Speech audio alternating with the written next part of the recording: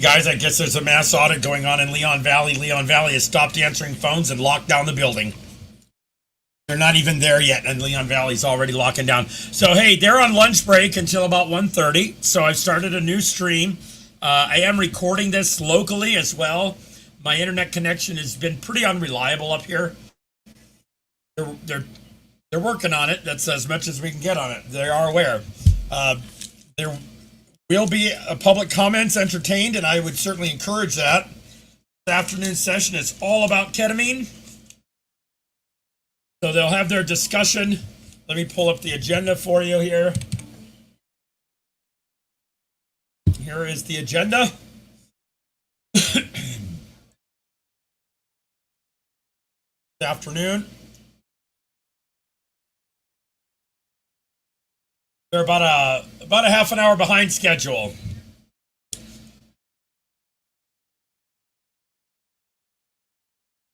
So I'm going to let this run. I'm going to do my lunch break. I'm hoping people will pay attention to it. Here is, it's application review and recommendations continued from earlier. Ketamine, Denver Health, and ketamine waivers. So we definitely want to make our comments known. They are using ketamine as contempt of cop. They have not saved one single life. They cannot show any records to demonstrate that they have ever saved a single life. All they're doing is they're using ketamine to make it easier to manage people that the cops don't want to manage. There is no record that they've ever saved a life. The only records that have ever been used to support any of this ketamine is a paper review of dead people. Why are we conducting our clinical trials on unsuspecting living victims and then never following up? There is no follow-up. Where are these patients, doctor? Where are your patients? Did you examine a single patient? No. So this is a very serious issue. They're going to rubber stamp this, but we're going to give them an opportunity to look stupid, and we're going to give them the information they need to know. They need to know that we're watching. So I encourage everybody to participate in this. And if I can figure out how to get a cleaner stream for you, I will. But in the meantime, this is what we got. And please go to The Real Eric Brandt. I need subscribers, and I need watch hours, and I need it ASAP. Apparently, promoting Donald Trump for president is now hate speech.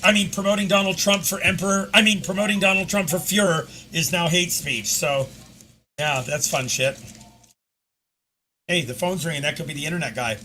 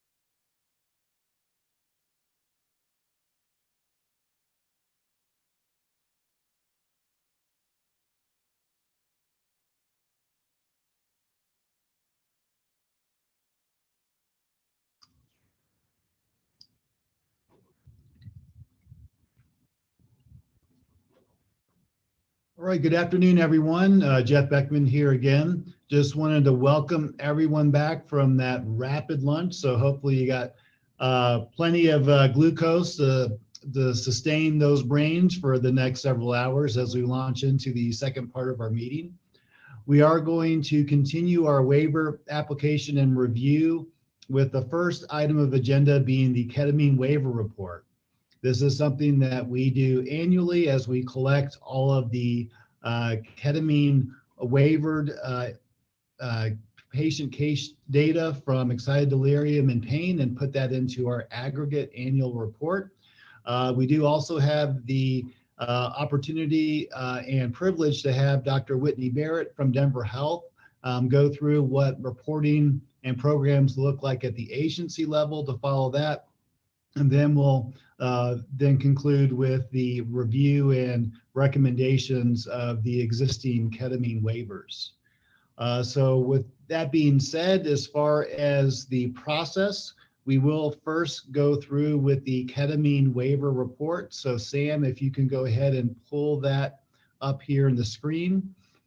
The plan would be is after each data report, we will have opportunity for the MPAC council members to have questions and then move on to the other reports and waiver reviews as we proceeded previously. There will be an opportunity for public comment after the conclusion of the data reports and all waiver reviews. As far as what time that will be, it's hard to really pinpoint exactly when that'll be because we want to make sure that we have ample time for discussion of the data waiver reviews, but we do want to go through our public comment right at the conclusion of when we are finished with the review waiver process. So with that being said, Sam, if you're able to pull up our state ketamine data report for the calendar year 2019, and I do want to introduce the council and everyone here in the meeting to our data guru expert. We have Amber Viaton, who's been amazing with our data section as the manager there for several years. She's really been incredible with adding some subject matter expertise on collecting our data, how we present it, and has been part of the workforce to get this to you here with the rest of her team, Angela, Scott, and Dale. So once we get the data report up on the screen, we'll have Amber start the presentation, and then we'll go through the slides and then entertain MPAC council member questions at the conclusion of the state presentation, then go into the Denver Health report after that. So Sam, when you're able to get the data report for the state pulled up, we will take it from there.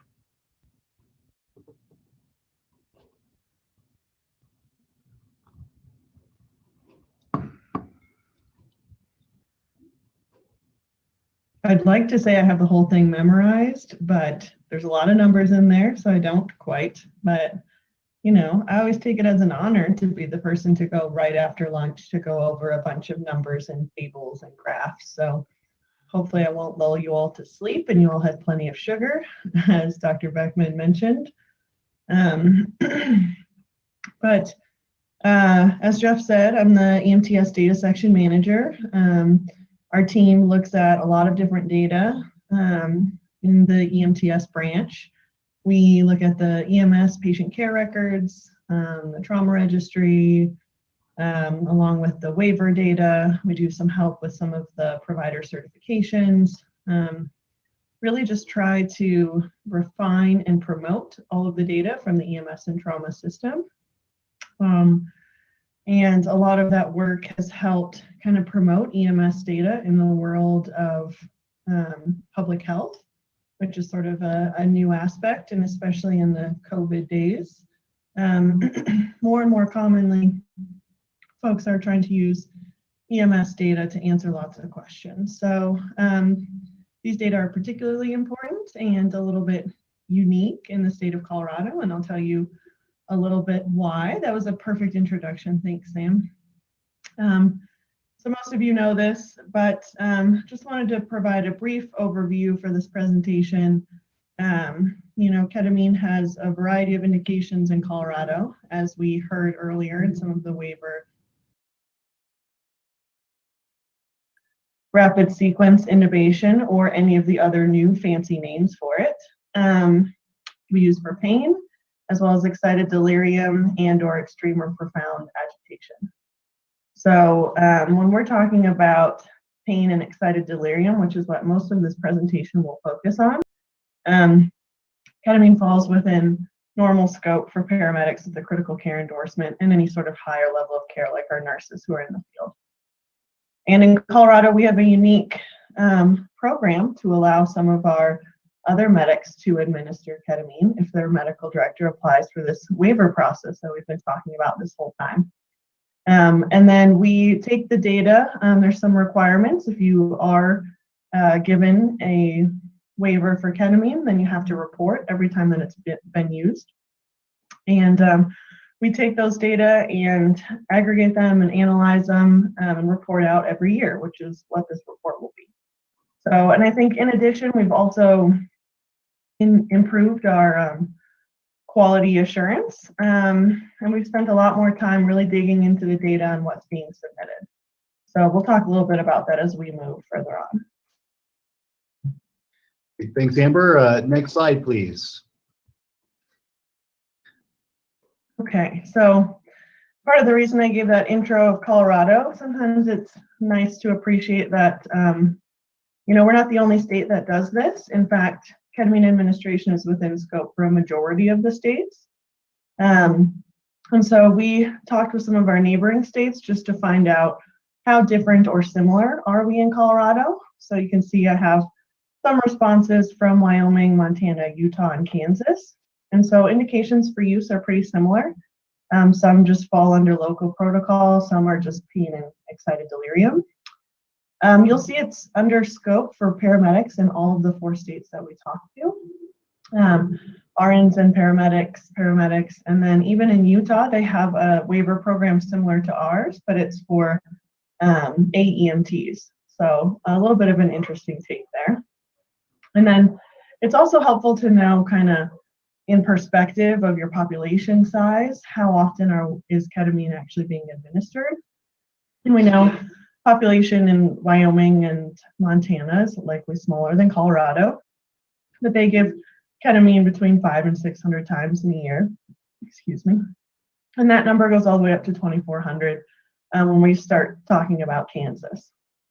And also interesting is that a lot of these states, they only investigate the use of ketamine if a complaint is received. I think that's pretty standard. Some say that there's no monitoring at the state level, but primarily, there's a lot of monitoring at the agency or medical director level. So again, just to put into perspective of what we're doing in Colorado compared to some of our neighboring states. No, thanks, Amber. So I think this slide really gives good perspective of ketamine a little bit for a small glimpse regionally. So nationally, we do have many states utilizing ketamine as part of the routine scope of practice. Some of those, as you see here, there's no monitoring for data or anything at the state level, and really just only at the agency level. There on the other end, there are some states that don't allow the practice, but that's really the minority of the states that we looked at. So where Colorado falls is, essentially in the middle, is that we do monitor this both at the local and state level. And if you look at our administrations based on population, as we'll see in the next slide, they do fall in fairly similar range as our neighboring states who are also endorsing ketamine use by their paramedic providers. So next slide, please. So this becomes a little nuanced, so I'll try and explain it so it's clear as mud moving forward. But as I mentioned, our data team, we work with multiple data sets, and this is just trying to take a more broad picture at ketamine use across the state. So these data are actually pulled from our patient care report. So every licensed ambulance agency in the state is required to submit records to the state anytime patient contact occurs. And these data come from that source, from those patient care reports. So as I mentioned, ketamine is within scope for some of our providers, and it can be administered via waiver process for some of our other providers. So this is just a reminder, this is all ketamine administration. So this is looking at even if it was given for RSI, for pain, or for that excited delirium. So you can see this year so far, we've got a pretty even split between paramedics and all providers. But then when we track it, from 2019, paramedics are in that 2,000 and all providers in the 3,000. And that's definitely up from 2018, the numbers that we were seeing. And I think it's also important to look. Go ahead, Will. So Will, let's go ahead and hold all questions just to the end of the slide presentation, and then we can always circle back to the slide. So make sure our council, just make sure you write down those questions so we can entertain them all at the end. Thanks. Okay, go ahead, Amber. Thank you, Dr. Beckman. He's like my bouncer. It's very nice. I think it's also important to note the medication complications. So the way that we capture this in the patient care report is a little bit different than in the waiver program. So I just want to mention that in our waiver program, we ask for a lot more detailed information about these administrations. In the patient care report, we simply just ask, was there a medication complication? Yes or no. But when we looked at that data, we saw it was under 4% of the time there was a reported medication complication. Okay, thank you, Amber. And as you see, the numbers have been increasing over the years, and that's really reflective of more agencies getting ketamine waivers. And then also probably the biggest increase in numbers have been with the ketamine administration for pain. When we look at all providers, those are all providers on scene, and that could be inclusive of a nurse, a mid-level provider, a physician in some cases, and some of the yearly reporting for those other provider types are somewhat delayed. So we'll continue to monitor to that when we do our 2020 year-end report for next year. So next slide, please.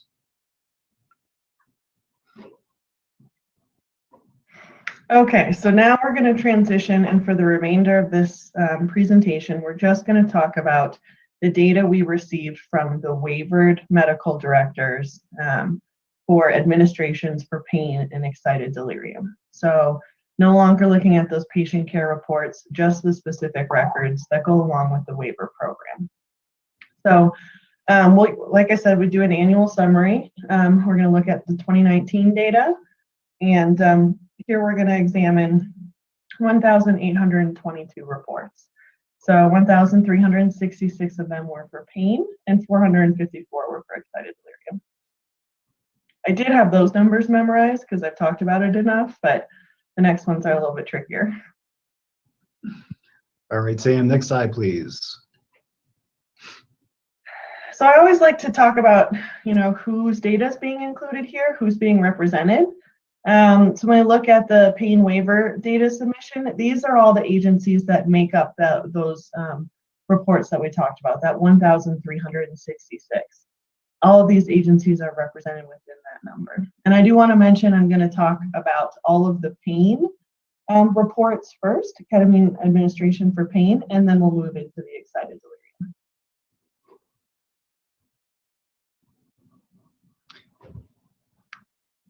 And then I think it's also important to note the total number. So there were 91 agencies who had a waiver at the end of 2019. So they were able to give ketamine for pain. And so we didn't receive data from 48 agencies. And I just want to let the MPAC know that we are refining the way that we collect information from those agencies that didn't have an administration during the waiver period. So Previously, it was done via email, and now we'll have an actual report form so that agencies can submit formally. We had no administration to report during this year. And agencies do have the opportunity to apply for ketamine for pain in addition to ketamine for excited delirium and extreme agitation. However, some agencies have chosen to apply for one or the other, but both indications would require a separate waiver application. Next slide, please. Okay, and I also think it's always valuable to be transparent about our methods and how we're including and not including numbers. So in total for 2019, we filtered by the incident date, so any incident that occurred in the calendar year of 2019, and that brought us to 1,376 records.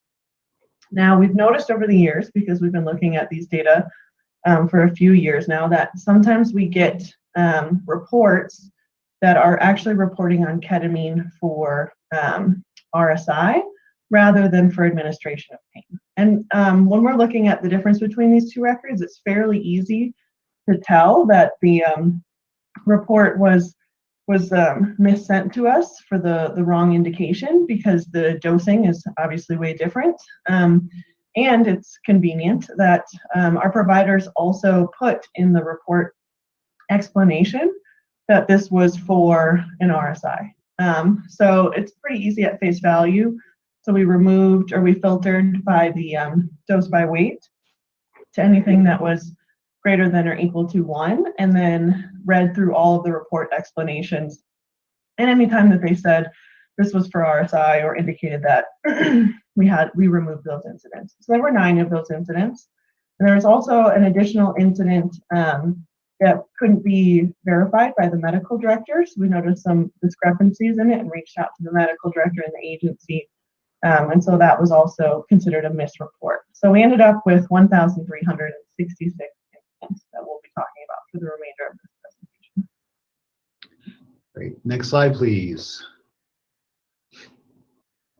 Everybody loves pie charts. You have to put one in. So for pain administrations, we see a close to an even split between genders, a few more female patients. Okay, next slide. And then here's our age breakdown. I think not surprising that it's pretty much across the board. We see our peak in that 60 to 69-year-old range, but lots of administrations throughout all of our age groups. Is pretty well distributed, similar to the population size. And when we do see, the breakdown of what types of cases receive ketamine for pain, it could be back pain, it could certainly be injuries sustained from falls, and I think that's where we see quite a bit in our older adult population with this chart reflective of that. Certainly, there's a benefit for acute trauma, and then also we are seeing for pain control for patients that have severe pain.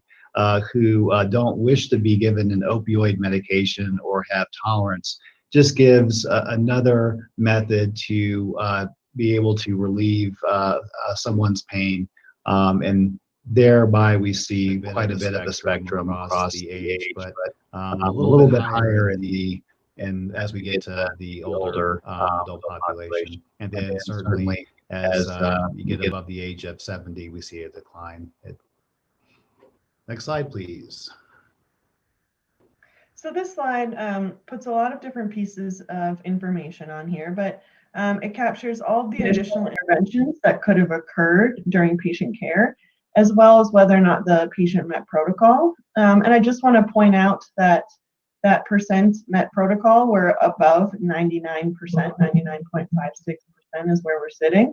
Which is an increase from last year where we were 93%, which I believe was an increase from the previous year earlier. So we are aligning more and more with our protocols for our ketamine for pain administration.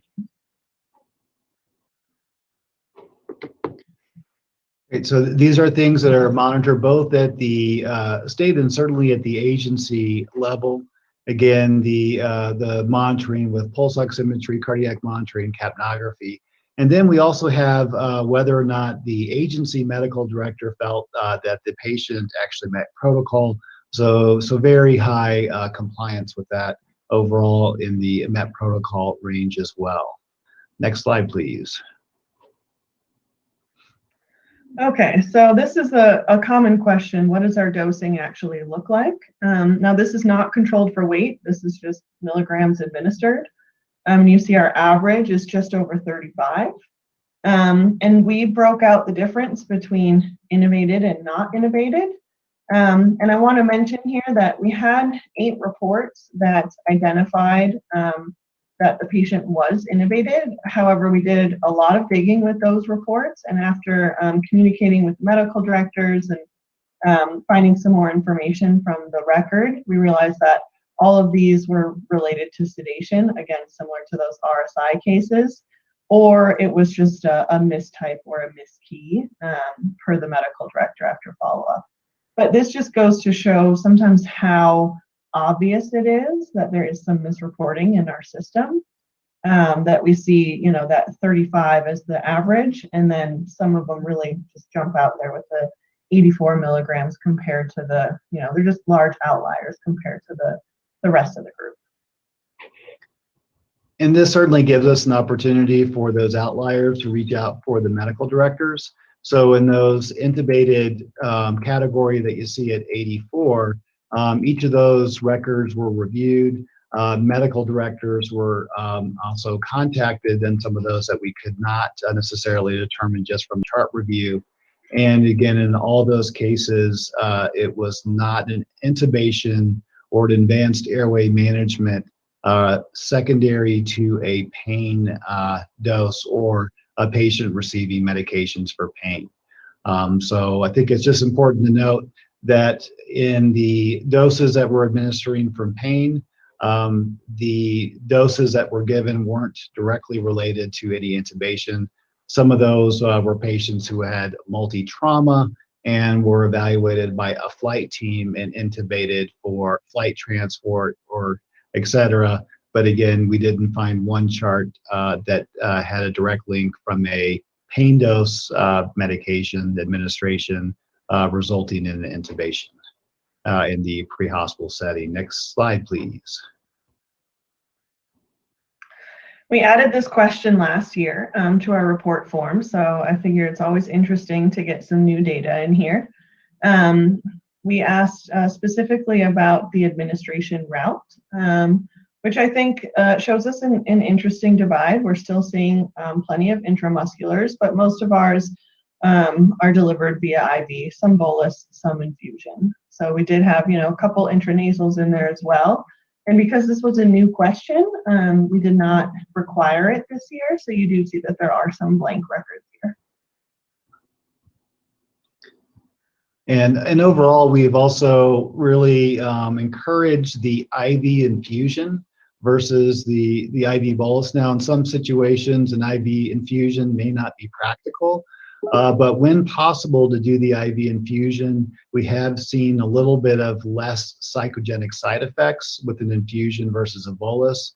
But again, some of that will be the practical nature of how and where a patient presents, whether or not that infusion would be administered versus an IV push or bolus. And then certainly some patients with backcountry or rural extrications, there is more of an incidence of the intramuscular or intranasal route there. And overall, we hope to get more compliance, although 8% was still fairly good to give a sense of what's being administered out there by route. Still want to drive down the blank category in this section. Next slide, please. So that last image just showed the dose 1, and we found pretty consistently that folks are using the same administration route across doses. I think there's only a handful there where there was some sort of change across them. So this just is an opportunity to see, how often we're seeing just one dose versus 2 versus 3, and the breakdown by the administration route as well. And one thing to note here is for second and even third doses, We are seeing this more prevalent in our agencies with longer transport times. Certainly given the effectiveness of ketamine over 15 to 20 minutes in onset in some cases in IM, and certainly much quicker onset with IV. We know that for longer transports, patients may require multiple doses just as the ketamine itself is wearing off. So that's where we see certainly in the large majority of those second and third doses in those types of systems. Next slide, please. Okay, and so every year we also report out the complications. So I'll just say there were 94 records that reported any kind of complication associated with ketamine for pain administration, which is just under 7% of all the records. Now, I do want to mention that the way that we calculated that number is if the record included any complication, so it's by record, not by complication, because sometimes you'll see that a single incident might have more than one complication. So if you're trying to add up all the numbers together, they might add up to greater than 94. So just a little disclosure there. But also interesting to look at our complications by the route. So this is just a raw table breakout of where we're seeing some of the complications. And to be expected, we had some more IV administration, so we do have a few more complications associated with those, just as they have higher numbers. And then a few intramuscular as well. So this is just a breakdown of the complication by the administration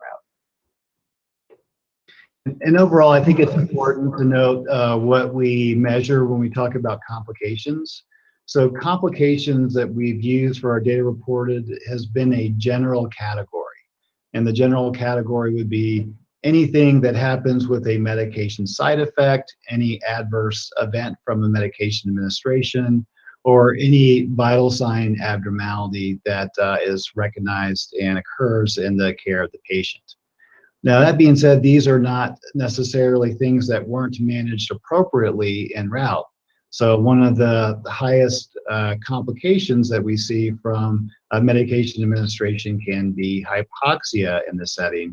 Now, those doesn't mean that the patient suffered any adverse outcome from it, just that it was recognized, and in these cases, oxygen was delivered, and so patients didn't have any deleterious outcomes from it. So I think it's just important to note how we approach complications. It may be a little bit different than reported as in some other settings, may be a long-lasting effect. So these are just things that occur during the patient's care, and again, reflects what can, just things that have happened or occurred after medication administration. All right, next slide, please. So I'm always curious, how often or how frequent something occurs in relative to how big the sample size is. So this is just looking at the same information we just looked at. It's how often a complication occurs by route, but the denominator of each route is just how many administrations. So for example, intramuscular, it'll say, we had 9 incidents of complications over the total number of intramuscular administrations. So you're looking at the complication per number of administrations. So actually we see more complications associated more frequently with intramuscular than we do with our IV administrations. Thanks, Amber. Again, we think this is likely just due to the numbers that were given in that setting. So next slide, please. This is also a new question we added, and super nerdy, but really cool data to look at here. This is just looking at the level of pain pre and post ketamine administration. Is what we're doing making a difference in that pain scale score? So all of the blue bars represent the level of pain prior to ketamine administration, and you see that we had quite a few of them in that severe category. 73%, and then the orange bars represent pain scale after ketamine administration. So you see that we saw an increase in that mild group from 0 to 33%. No, thanks, Amber. This slide certainly reflects on the type of patients where ketamine is being administered. So most administration is going to be in a severe pain category. And some certainly at moderate, but most severe. And then also by looking at the breakdown post administration, you can see that patients overall have had an improvement in their pain score. So we just wanted to see, certainly the other slides we're looking at, well, is it a safe medication? And this kind of takes it one step further and look at it as if whether or not it is efficacious. So for this, we certainly do see reduction in pain scores with administration of ketamine. Next slide, please. And now we're really just showing off here because we had cool new data to play with. So we removed all of the blank records and looked at each individual record and saw, was there a increase, a decrease, or did it stay the same in that pain scale score? So really cool to report out that we had almost 73% of our patients reported a decrease in that pain scale score after receiving ketamine. I think the important thing here too is, unfortunately, we didn't see too many patients that had an increase in pain, but overall, certainly a trend that pain level was decreased. But that being said, certainly it doesn't help for all types of patients. So again, having access to other modalities for pain control is important, but certainly this can be a useful tool for some folks, especially those who are either dependent on opioids, who may not have as much of an effect with that choice of medication, or may wish to avoid opioids entirely. But overall, again, it's not every patient is going to get relief, but we certainly see a trend that the majority do. Next slide, please. Okay, so now we're going to move over to the excited delirium administration. So in all the titles, you'll see it represented as ED. That's just the shorthand that we use to divide the records. So there were 31 agencies that submitted data about records where ketamine had been given for excited delirium or that profound agitation. All right, next slide, please. And there were 97 total agencies who had a waiver at the end of 2019. And again, just want to mention that we have a new format for reporting. So when an agency has a waiver but hasn't actually utilized that waiver, hasn't given ketamine for that specific indication, there'll be a new format for folks to submit a formal report saying that we didn't actually use ketamine for this indication. Great. And I think, that just speaks to ketamine. And when we talk about excited delirium, we're really including those patients with excited delirium and or extreme agitation. From the previous slide, we saw that we had agencies in the metro area, the suburban area, the rural and frontier areas. So we have waivers for any really setting that one can encounter in Colorado with these agencies. Now, that being said, the use of ketamine for that extreme agitation, excited delirium, is relatively on the rare side for all the patients that we encounter with any level of agitation. So because of that, some agencies won't utilize it, especially those with lower transport volumes, which we saw here. Next slide, please. Okay, and again, just being transparent here in our methods. So we had 457 incidents that came to us in 2019 with that incident date sometime in the calendar year. We did remove 3 incidents, one that was unable to be verified by the medical director, another that was identified as a duplicate, and a final was a test record. So again, we reached out to those medical directors for verification. And I just want to reiterate, this is part of our improved CQI process, where we really are taking a deeper look into the reports that are being submitted to us. We're looking for discrepancies. We're looking for things that stand out so we can hopefully identify and mitigate some of those outliers and some of those miskeyed pieces of information before we start to analyze the data, so we can have a more accurate picture in our annual report out. So we're left with 454 incidents for the remainder of this report. Next slide, please. So here, this pie looks a little bit different.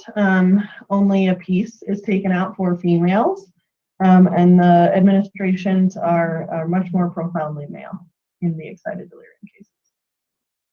And this mirrors our data reporting from the other years, which does have a male predominance. And then in the next slide, we'll see also a younger prevalence than we have seen with pain. So next slide. Stole my thunder there. Yeah, we're seeing our peaks here in that 20 and 30-year-old range here, rather than fully across the board. So this is not the same as our population size. It is definitely different when we look at the age breakdown. And before our pediatricians on the phone ask, when we're looking at the pediatric age, we did see in our reports a large portion of those are actually folks have reported the age as 0. They were not actually pediatric patients. And I believe Mike or Jeff can correct me if I'm wrong, we only had 2 pediatric patients. Yes, and those were on the age of, our pediatrics is less than the age of 13. But those 5 reports less than 10 were all unknown patients who had reported a age of 0, but were clearly adults by the weight-based doses and follow-up that was given to us. And really, when we see a younger population here, we generally think of, well, what's causing the excited delirium and extreme agitation? And when we think of the causes of that sympathomimetic drug intoxication, so methamphetamine, cocaine, LSD, other ones in there that we don't have access to routinely measure, such as bath salts or synthetic marijuana. Those are all that can certainly cause this syndrome, and certainly we see abuse profiles with those drugs in younger populations. Also, we think of psychiatric conditions, and typically older adults are generally have been recognized with their psychiatric illness and are being treated, whereas usually acute or new presentations of psychiatric illness is usually more in a younger age. So for all of those reasons, we do expect to see a younger age distribution for these patients, and that's certainly reflected in the data that we see here. Next slide, please. Okay, also with our excited delirium cases, we always ask the suspected cause. Now this is a one-to-many field, so that means for a single patient or record, you can select more than one answer, which is why you see the numbers here are so high. They definitely add up to greater than 454. But predominantly, the suspected cause is listed as psychiatric or behavioral, with a large portion as well in that overdose that Dr. Beckman alluded to. And as Amber alluded to, many folks, won't really know if it is a suspected overdose for drugs or a psychiatric or behavioral cause, because there may be certainly a multifactorial presentation, or just for where our EMS clinicians are faced with, may not have all the pieces to that history of what led up to the event. One thing is, we also do see this happen in some medical conditions, such as probably the most common would be a post-seizure, where we have patients that have extreme agitation, delirium in that post-ictal state. And then also for trauma, we certainly see some patients with head injury have extreme agitation and delirium as a result from the head injured occurrence there. So that breaks down, I think, some of the other things that we haven't mentioned yet here. Next slide, please. And again, this is looking at a multitude of factors. The interventions that occurred with these patients, as well as how many met protocol. And when we do see significantly higher, have a lot of those additional monitoring practices, the pulse ox, cardiac monitor, and capnography, especially compared to our pain incidents.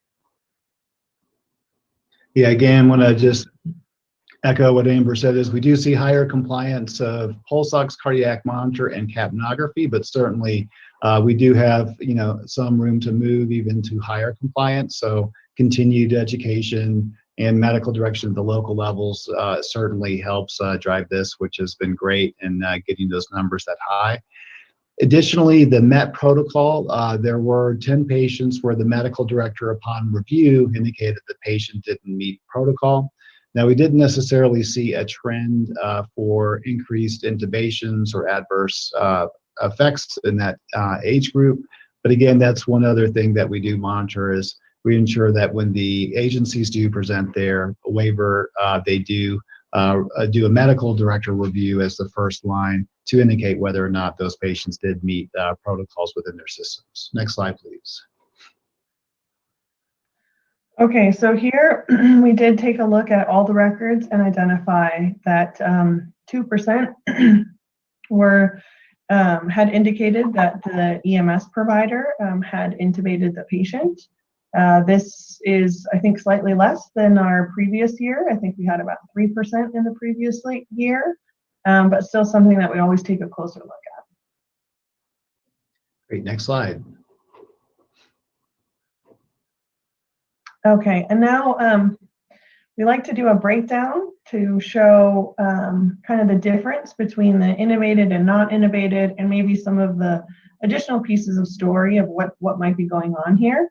So on the left, we look at all the patients who did not receive any additional medication, and you see a small portion of those were intubated. And then on the right, you see those who did receive additional meds, and proportionally, more of those were intubated, those that had additional medications on board.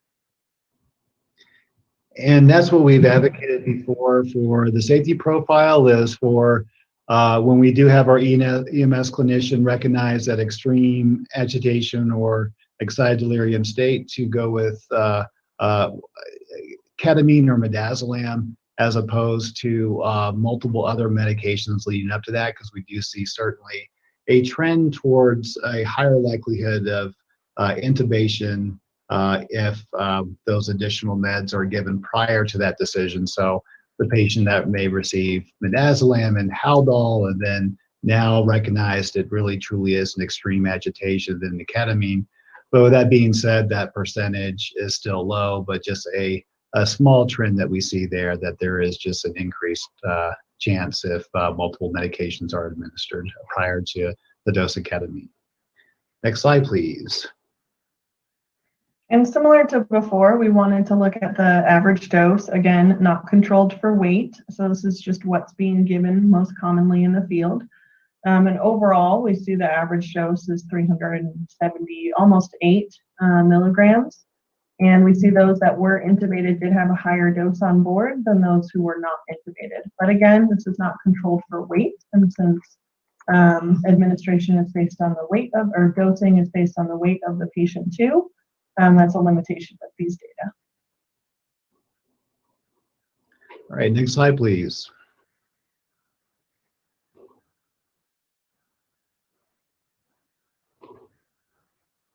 So this looks very different than what we saw in the pain administration. We see most of our ketamine for excited delirium is given via IM, intramuscular. There are a few blanks in there and very, very few recorded in any other administration route. Great, next slide.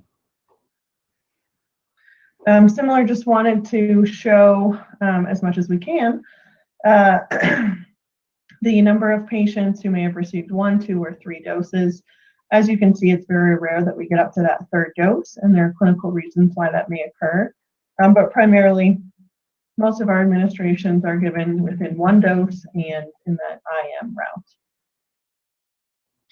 And when we see a second dose, and essentially in most systems, that would be a call in to a physician to really, get an assessment of that ongoing agitation, and then the balance of the safety for that patient to be transported with need to have adequate and humane levels of sedation on board. So again, just wanted to monitor how often are the second doses given, and overall, in the far minority of cases, but still, certainly we did see some there at the intramuscular route, then a couple at the IV, but very few and far between, certainly with IV. Next slide, please. Okay, and I apologize for not mentioning this earlier, but anytime you see an asterisk, that little star there, we mask all of our low counts. That's to help us protect patient confidentiality. It's a department-wide policy where we mask those low counts. So that's why you see those there. And additionally with this report as well. So here we look at the breakdown of complications, and similar to before, we looked at of all of the records, how many of them had any complication reported, and we saw 109 of those. Our largest, as similar to before, our largest complication reported was hypoxia, and there were also quite a few others. Now I want to mention here that other field is also used to provide additional explanation for what's going on with the patient. So sometimes instead of, sometimes our providers will select other, so they have an opportunity to put some free text information about what's going on with the case. There are no other free text fields in the report form, so that other number tends to be hyperinflated. When we took a deeper look into what some of those other complications were, several of them were just additional explanations, and we saw things like a decrease in the Glasgow Coma Scale, hypersalivation was really common, unresponsiveness, vomiting, inadequate sedation. And I also want to mention, last time we looked at the complications by the administration route, but not surprising because we had most of our administrations were given IM. All of our complications were reported with those IM administrations, except for one that was related to an IV bolus administration. And again, I just want to emphasize how we measure complications. And again, complications are really inclusive of any event that happened during the care of the patient.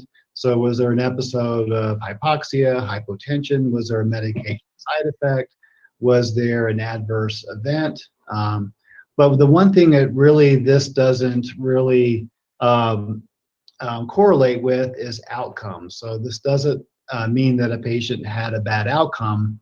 It just means that certain things were recognized in the care of the patient, and especially with hypoxia, what we see is that it was usually single episodes and managed appropriately with delivery of oxygen and other things. So again, just want to reemphasize the way that we have reporting here doesn't mean a complication resulted in an adverse or bad outcome. It's just how we report all events that occurred during medication administration in our data set. Next slide, please. Okay, additional piece of information similar to what Dr. Beckman had discussed is we want to know what happened after EMS interaction. So we asked some follow-up questions about what occurred in the hospital, and we saw that 92% of our patients were not intubated in the hospital, so that leaves a little over 7%, or just under 8%, that did report an intubation in the hospital. And we saw that 17% of them were admitted to the hospital following the care with EMS. So I want to speak a little bit to the hospital intubations. So multiple years ago, and the history of ketamine with excited delirium dates back to 2013. And the first several years we are seeing programs implement ketamine into their EMS systems, we are seeing somewhere between a 20 and 30% intubation rate by the hospital upon receiving those patients. And then over the years, I think with fine-tuning the systems and delivery of care and the collaboration between our EMS clinicians in the field and our teams in the emergency departments, we've really moved this number down to 8%. So certainly I think that speaks to the success of developing these systems, that we have seen some significant improvement in this metric over the years with ketamine being implemented in this fashion. Next slide, please. Yeah, and thank you for mentioning that. Actually, in the report out from mid 2018, we saw that number was at 18%. And so now we're dropped to below 8%. That's a pretty significant difference. So to wrap up my long spiel of data for you all, I want to highlight a few things. First and foremost, in the previous years, we spent a lot of time dealing with poor data. So a lot of times we had things that we would always report out the number of missing data elements and the number of blanks and the number of not recorded. I don't know if you noticed the difference in this presentation, but our data completeness is exponentially better. We've done some measures on our end to make sure that things get filled out, but just want to give kudos to all the folks in the field who are submitting these reports, and they're submitting high quality data to us, and it gets better and better every year. So I just want to reiterate that this year I didn't have to harp on how often things are blank or how often things are missing. There are a few incidents and a couple of our new questions that we figured would happen because they're new questions and we're testing them out. But really a stark difference from previous years when we're looking at this report. So thank you all for the effort you're putting in. And then, as I've alluded to before, we've really ramped up some of our QA, QI at the state level for these reports. And I can't move past this without giving a huge shout out to Angela Bond, our new EMTS data quality specialist.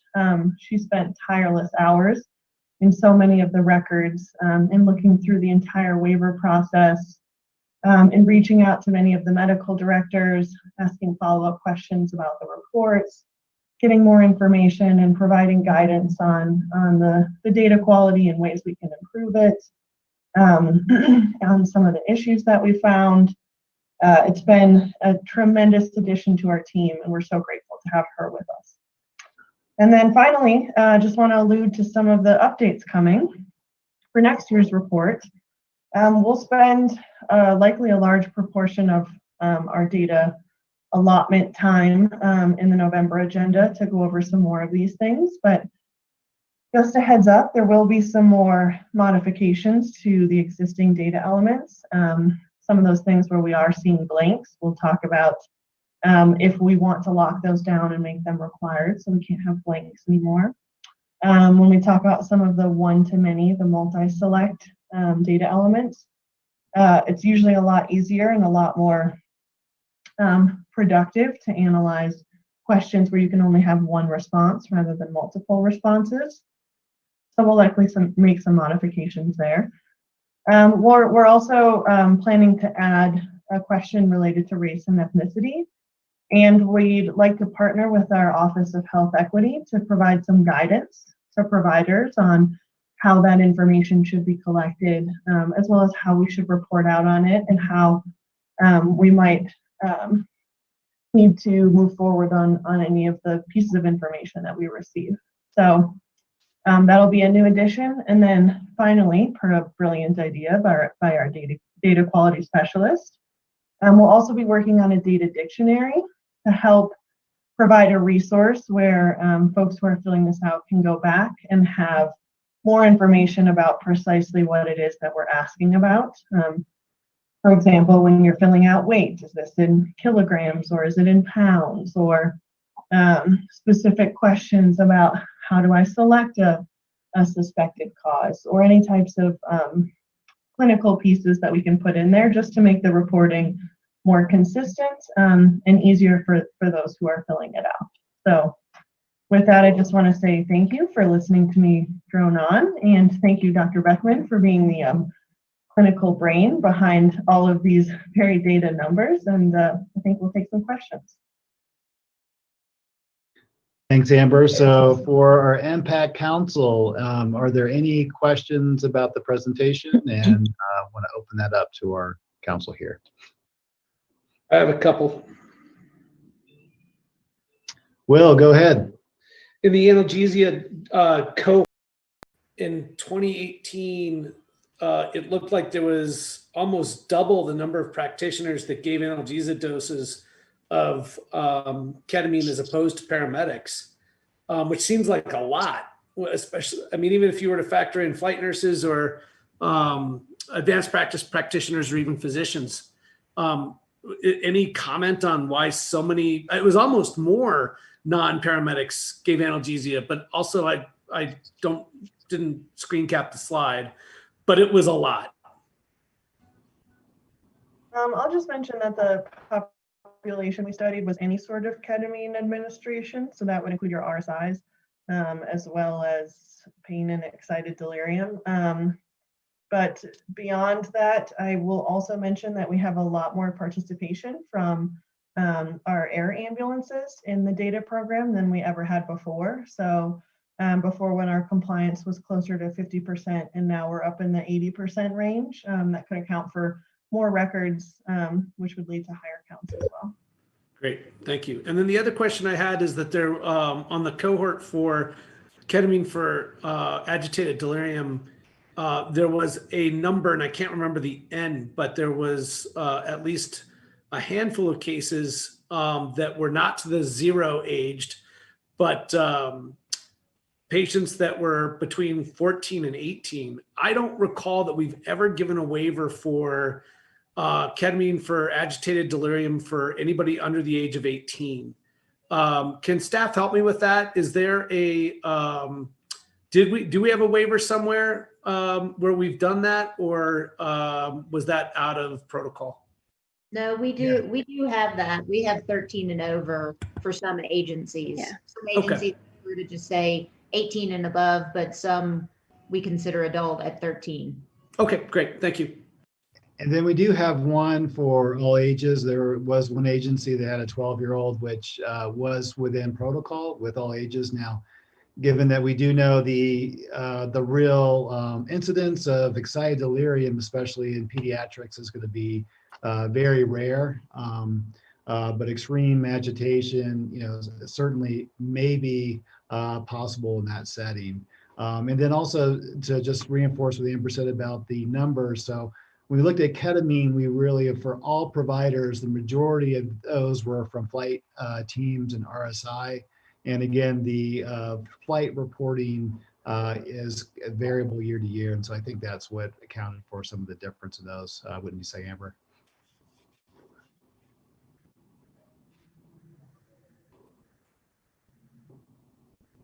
I have a couple of questions, if that's okay. Yes, Maria, go ahead. Yeah, so the first one involves the analgesic dosing. I noticed that in the adverse event rate by route administered, the IV infusion bolus adverse event rate did not differ very much from the infusion adverse event rate. And I found this interesting. I don't know if that came to statistical significance, but I found it interesting because we have been telling folks that the infusion, a slower infusion, is associated with fewer adverse events. And this data, albeit from only a single year, would indicate that perhaps that's not the case. Any thought? I was wondering, Jeff, if you had any thoughts or input about that. No, I did, Maria, and I thought the same. But it's interesting. I think, some of the IV bolus was captured in a very slow infusion through a syringe.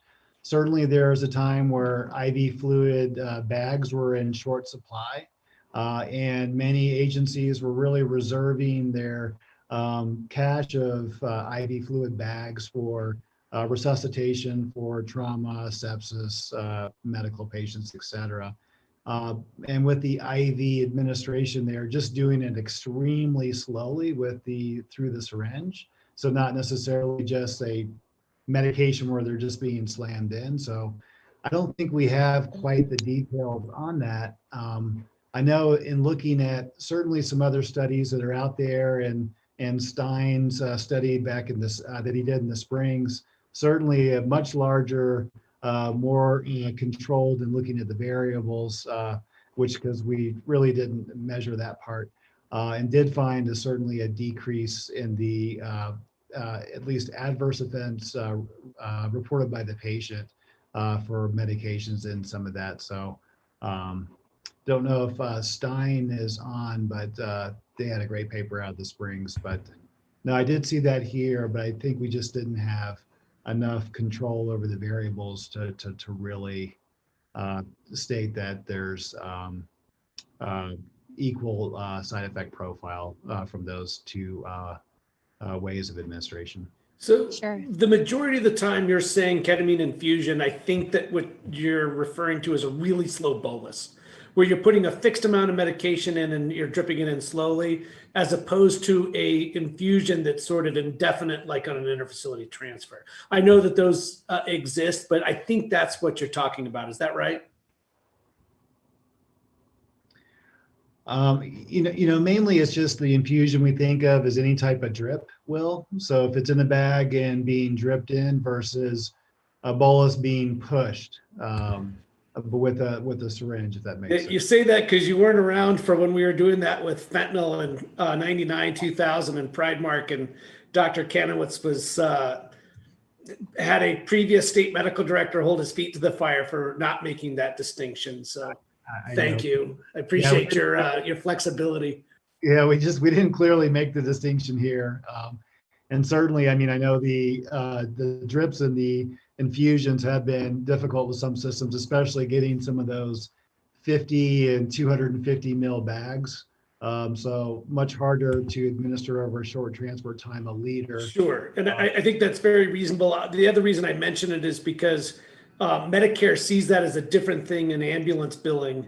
If you're doing an interfacility transfer with an actual infusion on an infusion pump, you bill that differently than if it's just a really slow bolus. So there's some reasons, I guess, where that precision comes up, and I apologize for sidetracking you. No, thanks, Will. All right, great questions. Any other questions from our council members? Hey. I have a question. This is Deanna. So Amber, in 2019, we had 454 administrations for excited delirium, correct? That's correct. I'm putting you on the spot, but do you recall in 2018 how many we had? Yes, stand by. For excited, okay, let me get a better slide here. For excited delirium, we had 265. So my guess was going to be that it was almost double. And so that it's probably a 40% more. And I know we have more agencies in 2019 than we did in 2018 that have waivers for excited delirium. I guess I'm gonna pull the old guy card and just say, since I've been watching these waivers come across our desk, many of the initial applications, we always ask them, what is your anticipated usage per year looking forward?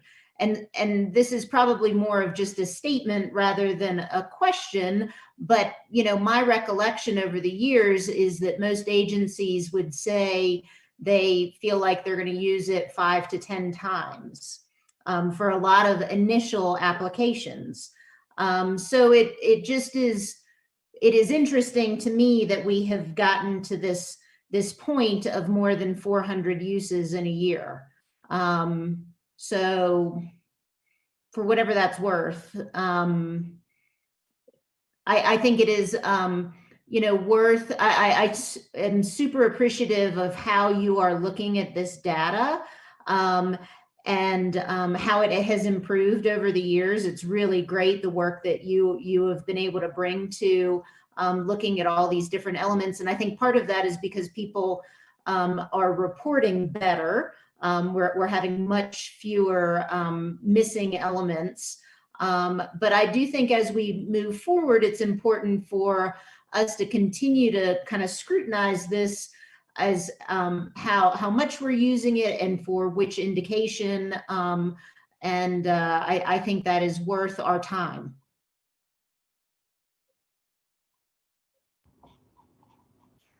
Those are great comments. Thanks, Deanna. Jeff, could I just ask my second question? Absolutely. This one is in regards to the intubation rate for ketamine given for excited delirium.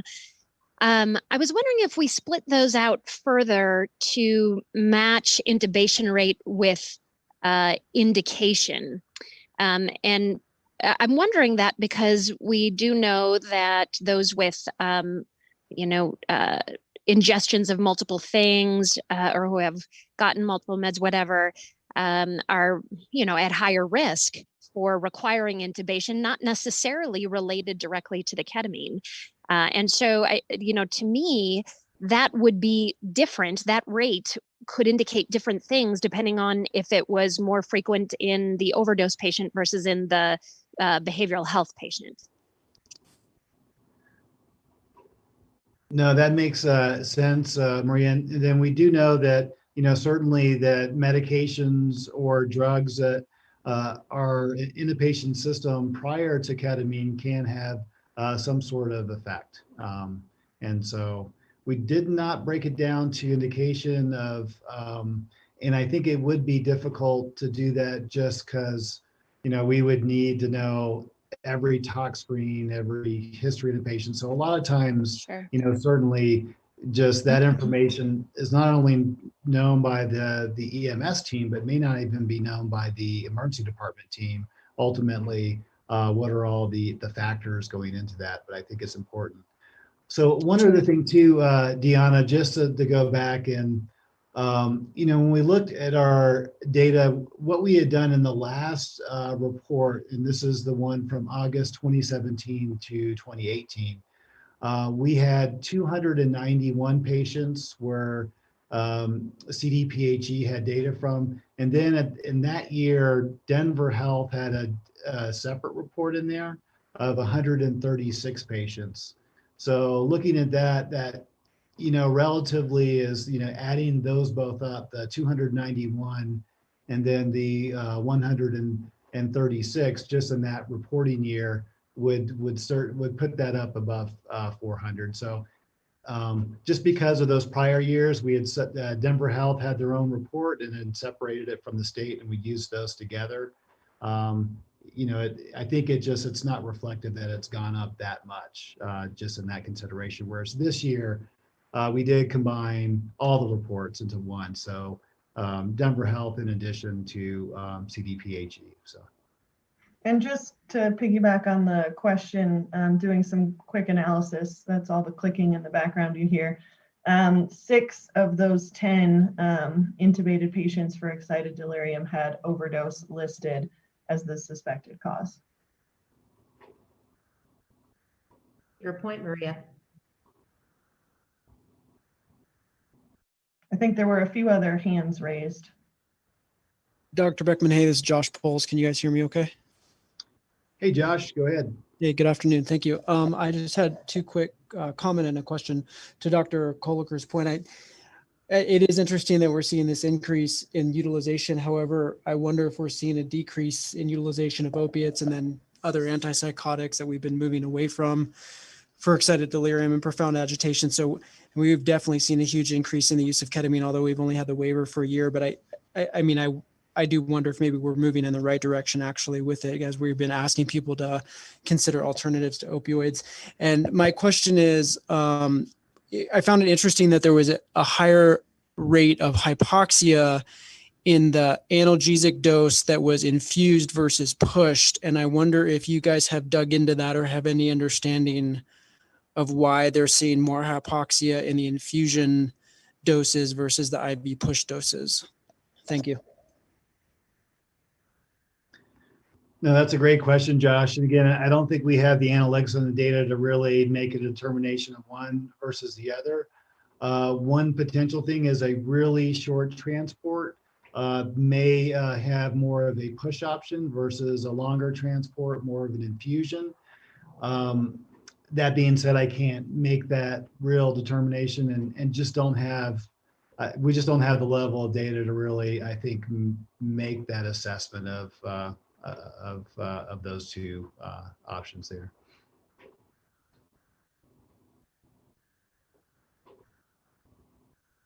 Dr. Beckman, this is Deanna. Just to kind of follow up on what Dr. Mant was saying, that information was surprising to me as well as we, keyed through there. And I think a lot of that guidance has come from the council to medical directors, because when we have used ketamine for pain in our own emergency departments, we have anecdotally, I guess, found that our patients had less side effects, less issues when we gave it in that slow drip form. But this data seems to, albeit not truly a good randomized or scientific approach. I don't know if these numbers are high enough to be able to say, but perhaps we shouldn't be making those recommendations. That's just kind of what we have all felt as we have come to use it more, that that seemed to minimize those side effects. But I think it might take another cycle of looking at the numbers to really be able to determine if this is really representative of what is actually going on, physiologically with these patients. No, Deanna, I think that's a great question. I mean, again, really recommending the infusion route is over the IV push or bolus is really difficult with this data set.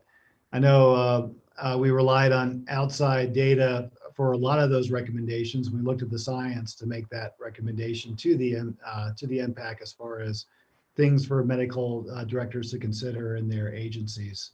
So yeah, we certainly will continue to monitor that to see if there really truly is more that benefit from the IV infusion. Well, and I think it's also super important that we, most certainly all of this data that I'm looking at for ketamine administrations for excited delirium, very few don't have the rigorous monitoring that we recommend. The pain data is different. I see many more instances where they are not using capnography or perhaps not having, pulse ox on the pain administration patients. And perhaps that's a message that we need to be conveying to our medical directors, that it is really important that they have those monitoring capabilities in place, even for the lower doses, the pain usage. Yeah, absolutely. Deanna, well said. Yeah. All right. Any other questions from the MPAC Council?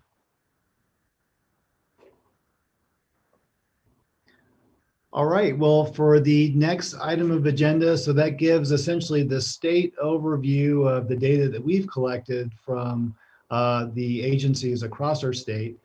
And now Denver Health, who has certainly the most transports per year in our state, and has the most ketamine administrations as a result of that, is going to come forward with their presentation. And I think it's important to kind of get a sense of, at the agency level, what it looks like for an agency to adopt a program involving sedation, utilization of ketamine, and certainly in the Denver Health model, where they see thousands of agitated patients a year, how it really breaks down into some of those really finer components that we didn't necessarily present from the state data that we have available to us.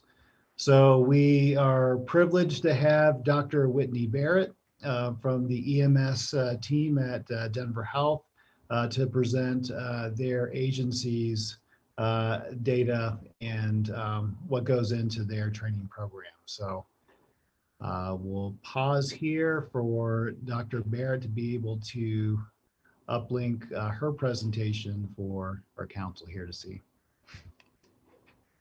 Thank you. I think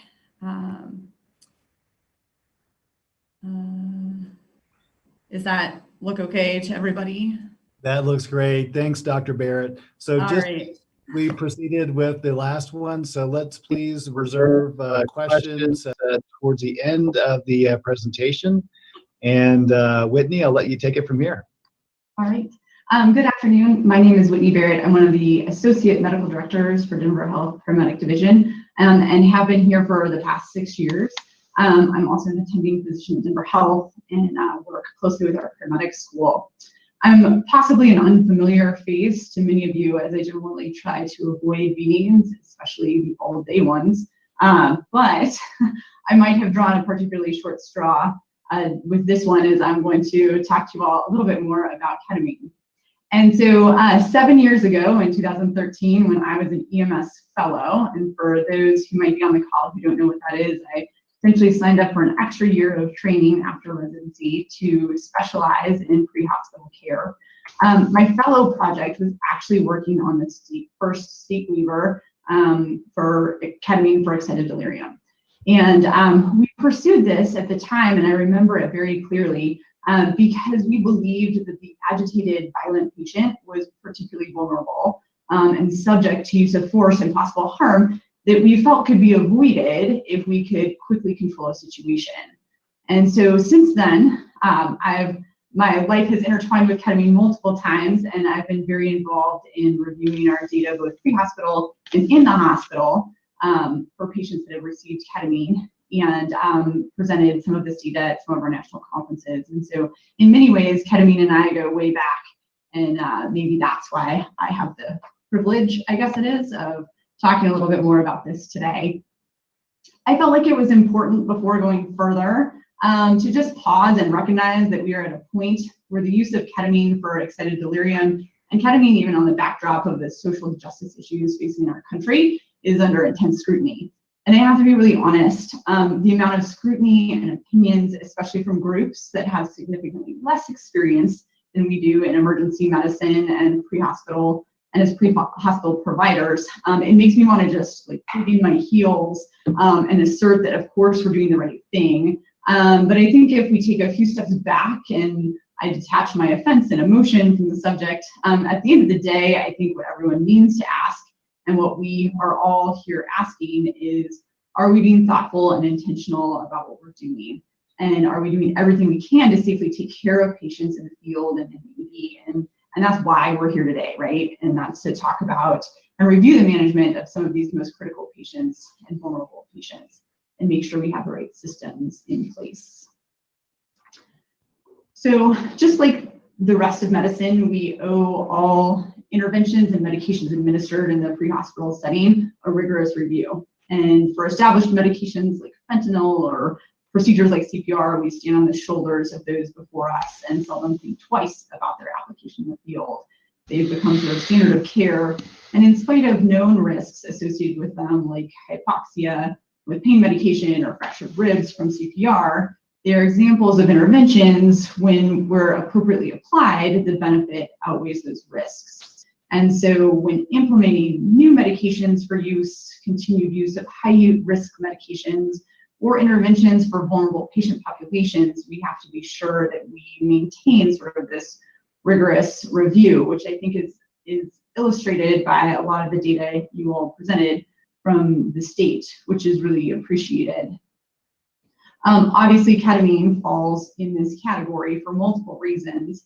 And so I'm going to spend the next few minutes with the data and information from the Denver Health System specifically. It has all the flaws associated with coming from just one system, but the benefit is that it comes with a lot of numbers. And the timeline we'll be talking about today is 18 months, in large part because we're not totally sure what the coronavirus pandemic has done for this patient population. So we sort of picked 18 months to look at. And so we are by far, far from, the only group with a lot of experience with ketamine for excited delirium. But I will go through in the following slides to sort of describe our system and our data that I think is important and maybe adds a little bit of color to this review as we're going through things today. It's certainly not the amount of data that you all have collected at the level of the state. So the first thing I'm going to talk about is the context in which we find our pre-hospital providers in the Denver 911 system. And so you can see here, we have this anecdotal experience that the number of agitated patients is going up. And so when we sat down to think about this, we were like, well, how can we quantify this best? And this is not a perfect way to quantify it, but as you can see here, this is a graph that demonstrates calls where methamphetamines were suspected based on the narratives. And so I don't show this slide to imply that everyone who does methamphetamines needs sedation for safety, and certainly not that everybody who does meth needs ketamine. But I think this does represent that the cohort of agitated or potentially agitated patients in Denver certainly is growing a lot, and this represents that well. I think we could have even higher numbers here if we looked at and included other sympathomimetics, which was just a little bit difficult and clunky to consolidate. But once you include things like ketamine, LSD, spice, and all the other things that we can't measure for, I think we can see that there's certainly the potential for increasing numbers of agitated patients. The other piece that we looked at, and our QA captain totally rolled his eyes at me when I asked to pull this data. In our division, we have a huge problem with underreporting assaults, and that's certainly a conversation for another day. And so he was very dissatisfied with this data because of the low numbers that it shows. But I think the trend speaks volumes about sort of what our providers are seeing on a regular basis. And this is in the setting of us appreciating that this is a problem and having some pretty concerted efforts to improve equipment, training, and what we think has been clear medical direction or encouraged medical direction for our medics to put their safety first. And so I think this is a trend that is uncomfortable as a medical director to look at, and is one that we need to pay really close attention to. So based on sort of what I would describe as at best surrogate data in Denver, we certainly have a growing number of agitated patients that are going hand in hand with a growing number of our providers being assaulted. And for any of us that are using, or those that might be considering using ketamine, I think a dive into the patient population you work with is important. And as was mentioned in the conversation before, I think there's this tension between agencies that might want ketamine for the single patient that's really agitated and it could be life-saving, which I think is really important, but also this idea that systems around the use of ketamine are equally important and are a safety measure for our providers. I have been a medical director for the folks in Golden, and we actually had some really, oh, sorry, my light goes off if I don't move. We had some really important conversations around introducing ketamine for excited delirium in their system, and ultimately decided not to, because we didn't actually have the patient population that was agitated enough for us to really build the appropriate systems around the use of ketamine for excited delirium. So I'm going to spend the next couple of minutes talking a little bit about those systems that are so critical to appropriate use of ketamine in the field. And I know that other societies and whatnot have made statements around this idea that ketamine shouldn't be used to incapacitate people for law enforcement purposes. And I think we all totally agree with that. But I think there's a little bit of nuance when you're living in the field. And so we're going to discuss that a little bit more. I'm going to use a case illustration. I've changed a handful of the details to make sure that we maintain patient privacy, but this is not unusual in terms of the emails that we get surrounding a patient that's received ketamine as part of our QA process. And so, the details of the case involve police and EMS are called to a man who's found trespassing. He's found almost naked, swinging a bat and screaming unintelligibly at anybody who came near. The police had been called because obviously he was threatening and had already done property damage. EMS was called because this was obviously a person who was agitated and dangerous. There's a lot of tension here, as this person is a risk to the people that are present and will continue to be a risk unless and a threat unless the situation is made safe. So thankfully, in this case, as we reviewed it, everybody identified this person as a patient. He was unable to cooperate with requests or follow any instructions. And so EMS providers are not trained and should not be put in the position to be providers that detain or primarily restrain a violent or dangerous person. But with the help of police, the patient was ultimately restrained, and the patient only continued to escalate and become more combative. He became more agitated, more dangerous, and primarily dangerous to himself because of the force that was then necessary to keep him under control. Thankfully, he gets ketamine, which then allows law enforcement to back off and allows our paramedics to appropriately manage this patient as a patient and transfer him to the hospital. So I use this case as an illustration that I think fundamental to all of our agencies that are using ketamine should be the procedures and processes in place that empower and equip our providers to distinguish medical and law enforcement issues. All of our responders should be able to identify the patient that is on the agitation continuum, agitated and cooperative, all the way to agitated and dangerous. As early as possible, a person who's agitated and lacks capacity should be identified as a patient rather than a simple law enforcement issue. If this first step of identification of a medical patient fails, then there is frequently a breakdown in the rest of the decision making. At the hands of medical providers, decisions can be made that assess and determine appropriate medication for sedation. And so all of these patients ultimately, regardless of sort of what amount of sedation they get and what type of sedation, are managed as patients. They're managed as critical patients and taken to the hospital.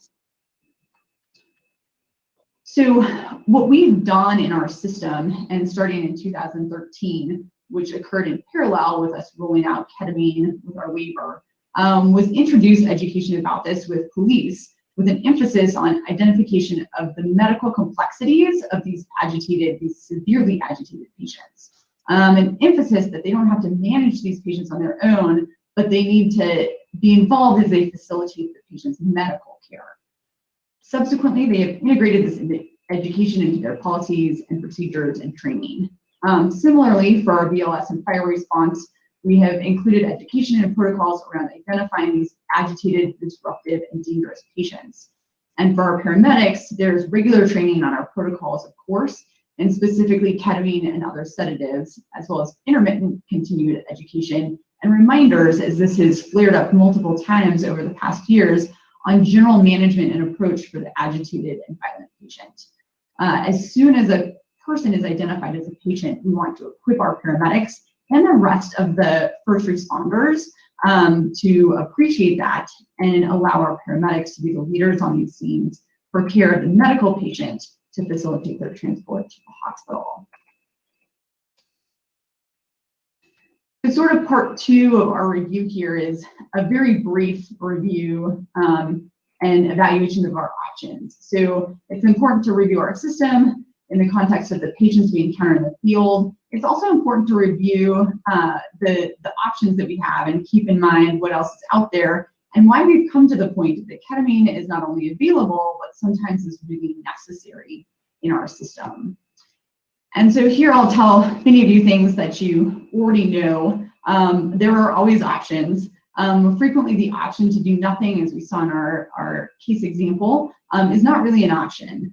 Verbal de-escalation should always be attempted, but if it worked at the time, we wouldn't, if it worked all in this conversation. EMS has long-standing use of benzodiazepines and Haldol, and maybe someday we'll get droperidol back again for the agitated patient. But you can see on this chart, it reviews some of the times to medication effect that are familiar, either from reading and study or because you experienced it on your last shift. But we are all aware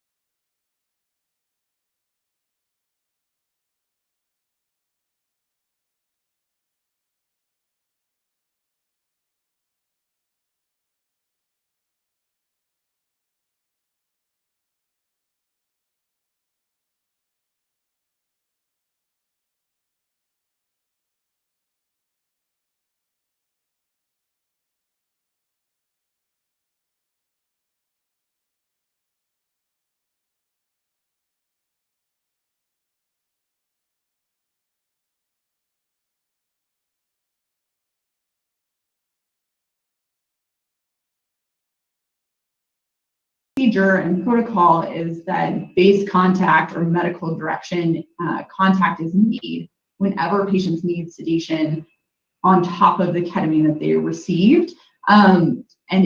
There's a physician that is involved in this decision in real time. We suspect that this reflects in some parts some rising levels of agitation in our patients that is kind of unprecedented in a lot of ways. So finally, the last part of sort of how we think of our ketamine program is case review.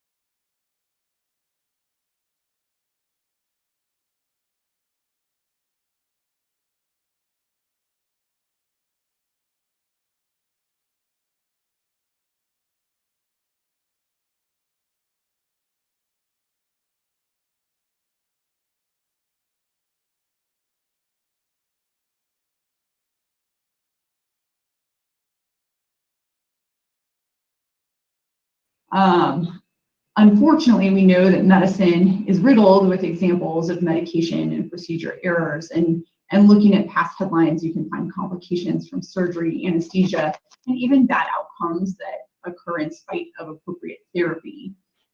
The results of events like this in medicine generally don't stop us from not putting people under general anesthesia for surgery, not performing surgery, or not using a medication that didn't work in a specific situation, but instead they serve as sentinel events to evaluate the process and the structure that's around the event and allow us to look more critically at the requirements that need to be in place to mitigate risk.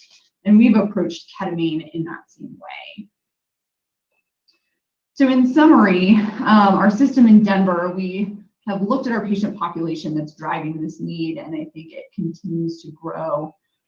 We've looked at the systems and training that exists on sort of all levels of our 911 response in an attempt to aid the management of these patients. We're familiar with the alternative medications and education, especially ongoing education surrounding the continuum of agitation, as well as appropriate administration of medication along that continuum, I think is really important.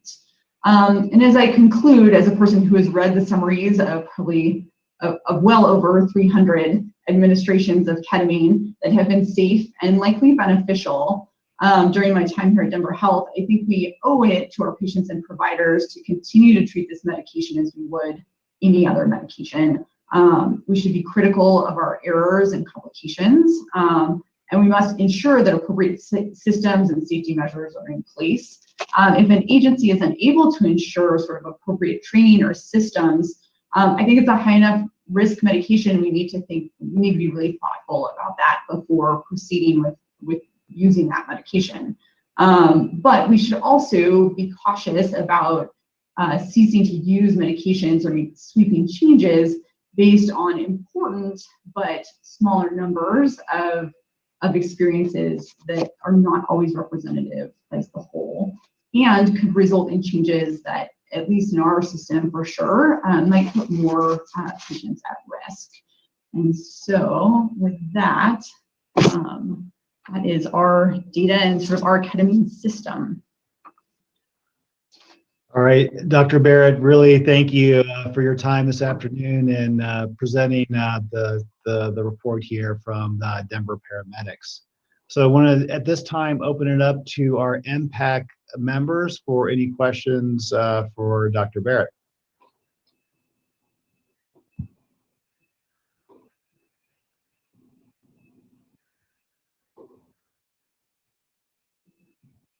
Well, I will start. Dr. Barrett, this is Deanna Colliker. I just want to thank you very much for that excellent presentation. And obviously you have been put in charge of this for a very good reason. I really think that the points that you made in your presentation regarding emphasis on appropriate identification of patients and protecting patients as well as staff is really paramount to using this drug properly, along with adequate monitoring and case review. So I'm just very complimentary of your presentation to this council. Thank you. Thanks for having me.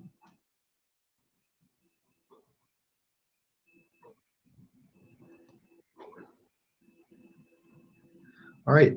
Any other comments from our council? All right, hearing none, Dr. Colliker, I will hand the meeting back off to you as we finish with our waiver review. And thank you, Dr. Barrett, for your participation. Perfect. Well, thank you very much, Dr. Beckman. So we are going to proceed with the review of the ketamine waivers. And just to remind everybody, this is exactly what we did for several hours this morning, that there will be a process where we'll call the waiver to be reviewed. The medical director, their delegate, will introduce their waiver request.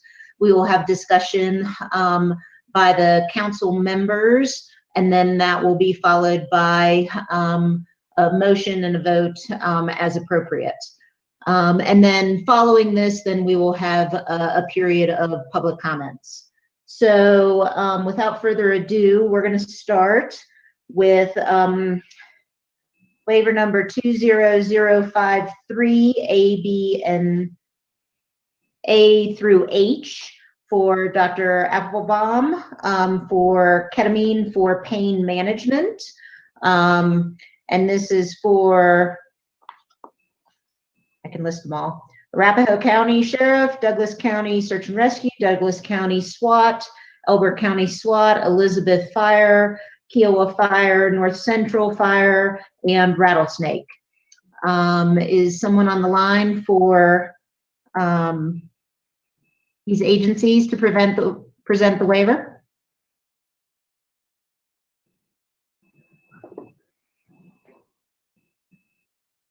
See someone raising a hand.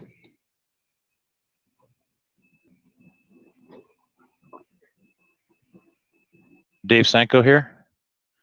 Hi, Dave. How are you? I'm doing well. How about yourself?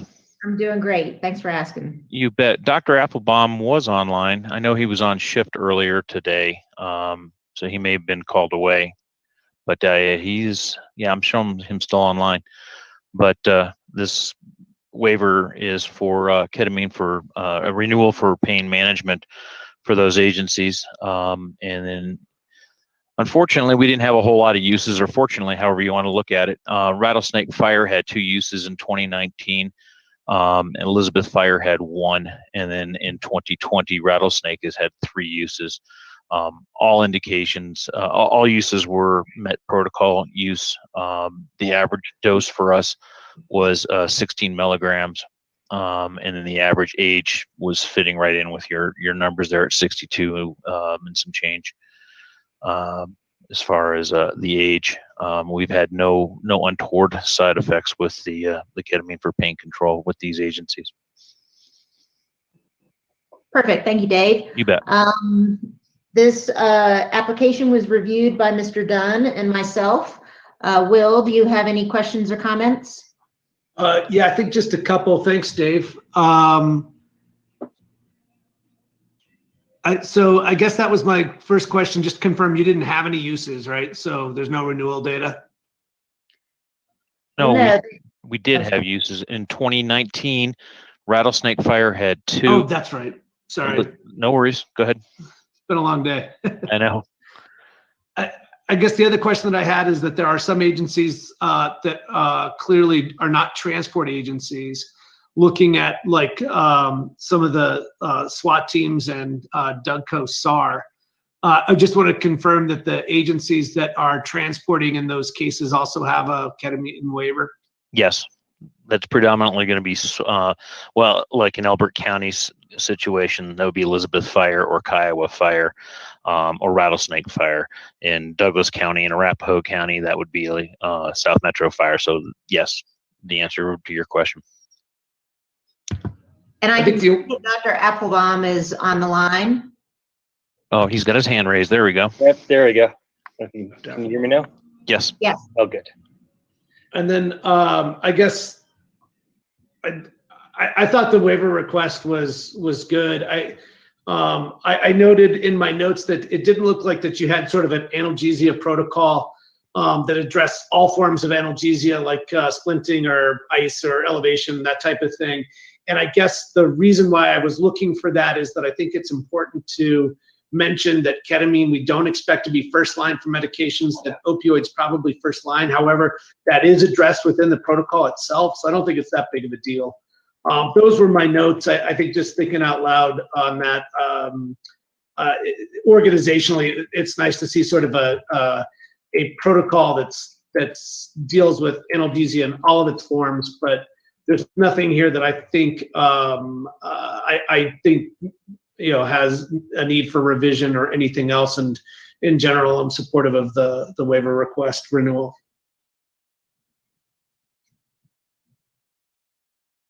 Thank you, Will. And I also reviewed this application. I thought it was great. I thought it was an excellent application. I really liked how you have the additional infusion, the administration to put it in a 100 cc bag. And I guess that we'll find out if that does anything as far as minimizing complications, but it all makes us feel better. I liked all your data. It looked like everything was in order.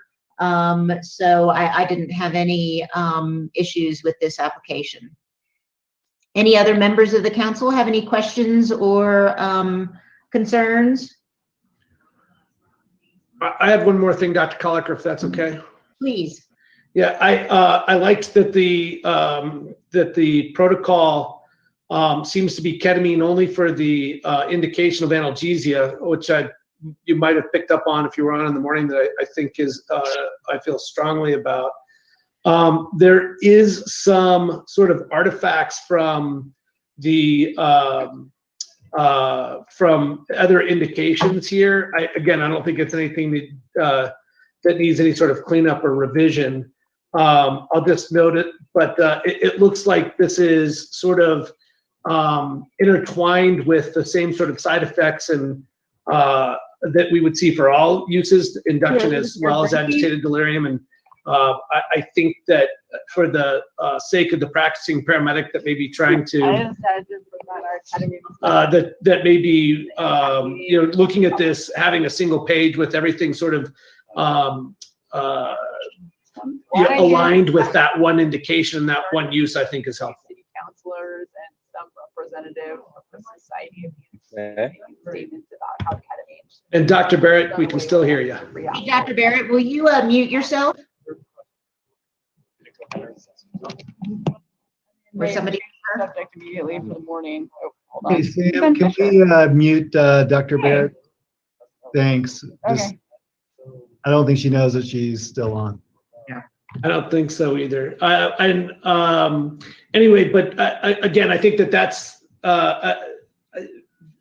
moving forward with this. I think again, the clarity and the need for precision is important. So, can you hear me now? Yes. Okay, great. Any other questions or comments?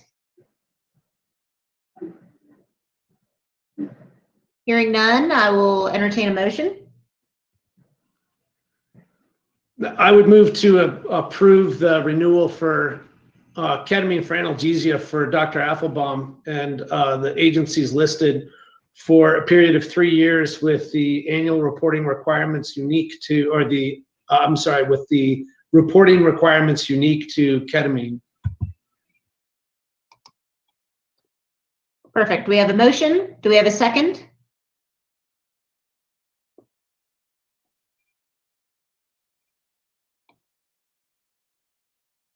I'll second. Perfect. That was Matt, I believe, Matt Parker. We have motion and a second. Any further discussion? Hearing none. All in favor of approving this waiver application signify by saying aye. Aye.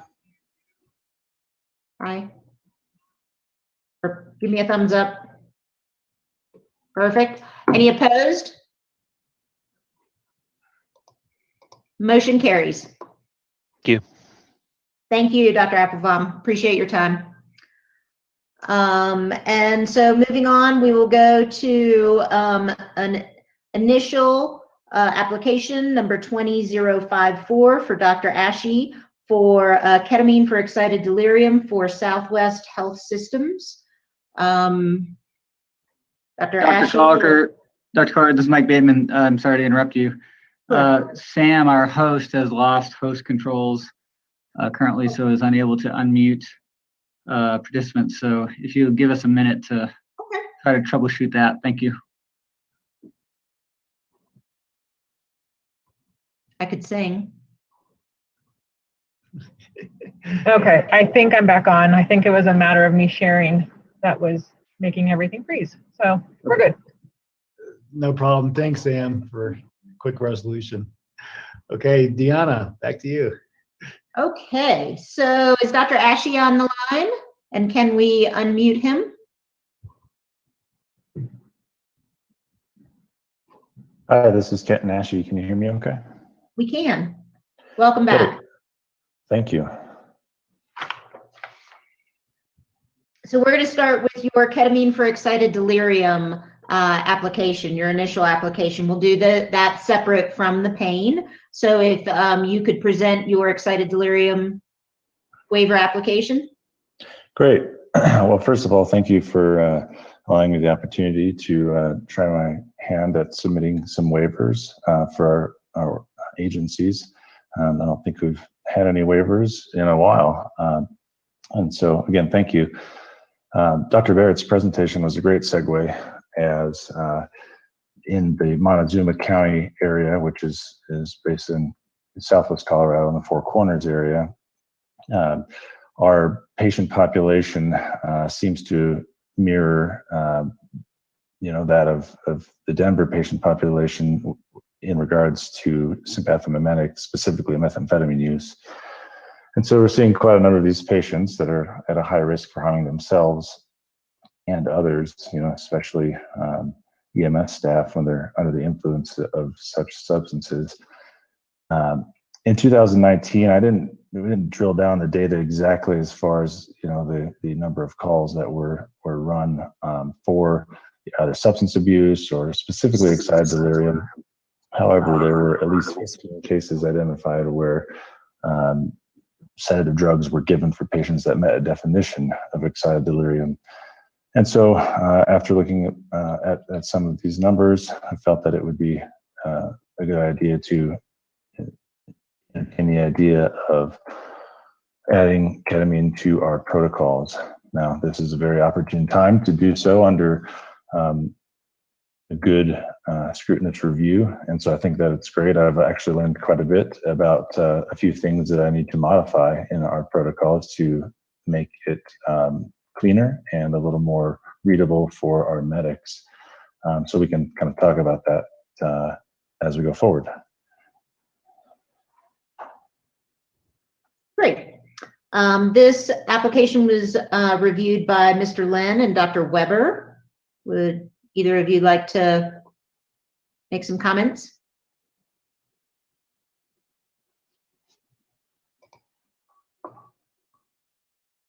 Can somebody unmute Dr. Weber?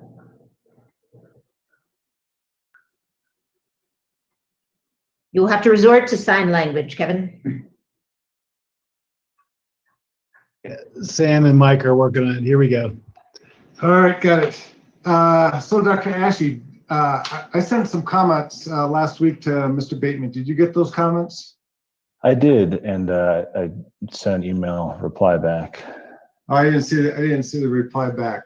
Maybe you can let me know what your reply back was stating. Sure. Yeah, absolutely. I think one of the questions was that there was use of the word restraint, and as you implied in the email or question, and this may have been you or the other reviewer, I'm not sure, but that's not exactly the word that we were going for to use there, because that is ultimately not the idea behind the ketamine here. It's for patient safety and to facilitate better care and evaluation of a patient who is at risk of harming themselves in the process. So I think that was one thing, and I removed that from the justification document. Let's see, the other one was defining excited delirium, and I added some citations for that, and one specific definition that I found and placed in the protocols themselves was a condition characterized by delirium, agitation, acidosis, and hyperadrenergic autonomic dysfunction, typically in the setting of acute on chronic drug abuse or serious mental illness. And noting that physiologic stress can increase risk of death, and attempting to minimize the stress is the ultimate goal in the management of these patients. So hopefully that provided a little bit of clarity there. Any questions on those or further things? I have a few other numbers here in the email. Great. No, if you can keep going. Okay, sure. Yeah, I think there was the other one that the ketamine side effects, I updated them within the drug-specific protocol. I think there was only one side effect of laryngospasm, but there were additional side effects that were added. After kind of hearing some of the presentation, I do think it is a good idea, and I will probably do this before finalizing any approved waiver, and separate out some side effects for analgesia administration versus the excited delirium indications. Another question was that in the protocols, I wrote a 4 milligram per kilogram IM dose, and I found a couple of articles citing that was it didn't quantify how much safer, but what was possibly a safer dose when given IM. And clinically, I feel that it's still an appropriate dose to achieve the effects of ketamine that the protocol is for.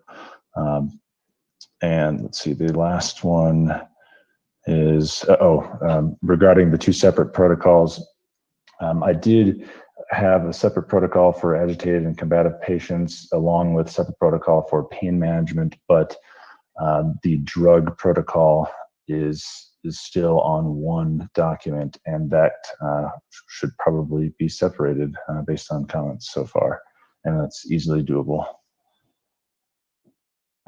Great. And then I had a little bit of heartburn with your sentence that said combining benzodiazepines and butyrophenones can be efficacious, but often leads to prolonged ED stays or even compromise of the patient's airway due to cumulative synergistic effects. By having the ability to choose ketamine for excited delirium, we can avoid some of those adverse events the aforementioned drugs can cause.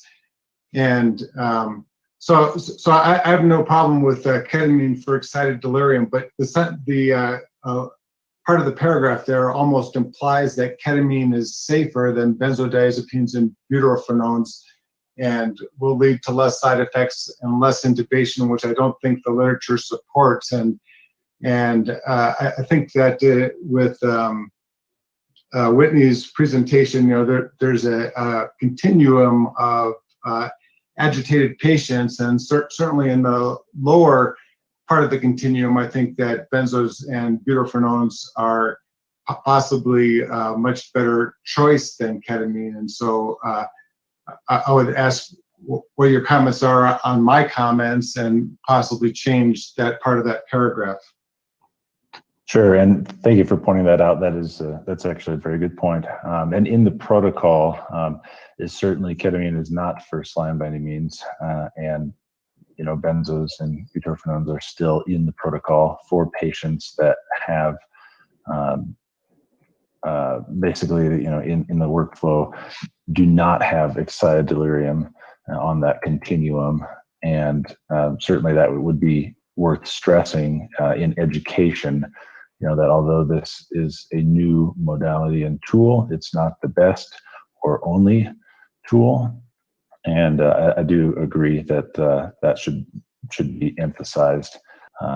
Although, some of the sentences that I initially had written there could be misleading. I agree, and thank you for pointing that out.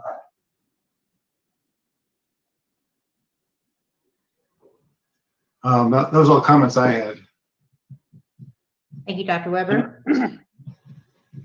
This is Nate. I don't have any other comments other than what Dr. Weber's already brought up, and I think changing out those the different definitions for pain and excited delirium within the protocol is a good idea, but that's already been addressed. So I'm good with everything how it's been presented already. Dr. Calica, I have a question, if I may. Please. Thanks, Dr. Ashley. I appreciate your thoughtfulness on this. Did I hear you correctly that you're planning on probably writing a standalone extreme agitation or agitated delirium protocol that specifically outlines the instance where you think this med should be given? Currently, it's called agitated/combative patient protocol, and it's basically, it was adopted from the Denver Health paramedic protocols, as all of ours were. And basically I added, this should be sent in the documents, but I added a box, that describes what a combative patient that's an imminent physical threat is, and the physical threat to themselves or others, and why that ketamine would be appropriate for that certain patient. So it's all on the same protocol as of now.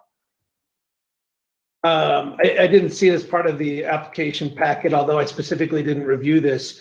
However, I did review other ones that are similar to this, and I again, for the sake of patient safety and precision, I'm wondering that if it's not a good idea, at the risk of being irritating, I wonder if it's not a good idea to sort of pull out the box out of that combative patient protocol and really have it as a standalone thing, so it's very clear to anybody who's reading it what the reason for treating that particular item, that particular presentation, and if it's not, again, I don't know if there's a downside in pulling it off of that, so there is a standalone protocol for it. Any thoughts from that, or any thoughts about that concept from my fellow counselors?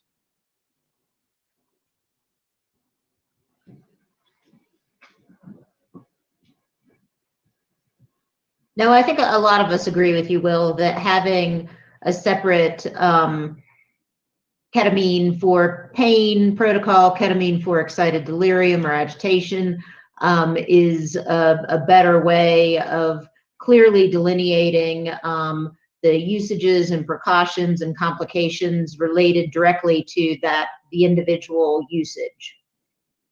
And I guess I was going to go one step further, and now I know I'm being irritating, where we strip out the agitated delirium from just the combative patient, because I think there's a lot of combative patients that don't rise to the level of extreme agitation or excited delirium. And I'm wondering if we sort of don't do the same thing as the approach to the medical condition. I think that's a great idea, and that would illustrate that they are two separate entities. There's agitated patients and it's continuum, and putting them all on one protocol would possibly be misleading to some. So I think that's a great idea. I appreciate that, Dr. Ashley. Again, my point is, and I know that someone will say that it's redundant. However, I just think that we really owe it to the community and to the paramedics that are being delegated this medication, that we are as careful as possible in doing it. And I think that one of the ways to ensuring that is to have a standalone protocol for extreme agitation or agitated delirium. Thank you. This is Maria Mant. I agree with you absolutely, Will, that having standalone protocols for the indications, so having a separate discussion for agitated delirium versus the discussion of agitation is one thing. However, I guess I'm just not aware of the data showing that when we then have a medication list that's having a protocol of ketamine for agitated delirium in the medication list separate from medication of ketamine for RSI versus ketamine for pain. I'm not aware of the data showing that amount of breakdown makes a difference. But I am absolutely willing to hear from others who know of data supporting this as a means of decreasing medication administration errors. I'm not sure that there's data to support that other than intuition that by having the indications and everything sort of unique to the indication that it's easier to understand, but I have no data.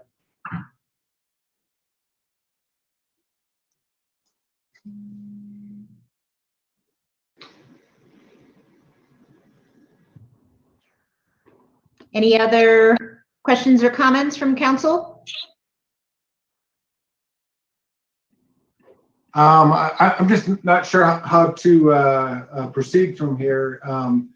We talked about several changes and not being able to see the changes. I'm not sure that it's appropriate to make a motion to approve it at this point. I'll ask the staff what their thought is. Dr. Weber, this is Mike Bateman. The precedent is if you feel overall the waivers could be approved with some modifications to things like protocol, you could make a motion to approve with conditions and then specify those conditions. And then once we receive those modifications from the applicant, Dr. Beckman would review and then indicate that the conditions had been met so that the waiver could be approved. Well, I will move to approve with conditions, and the conditions are in the justification to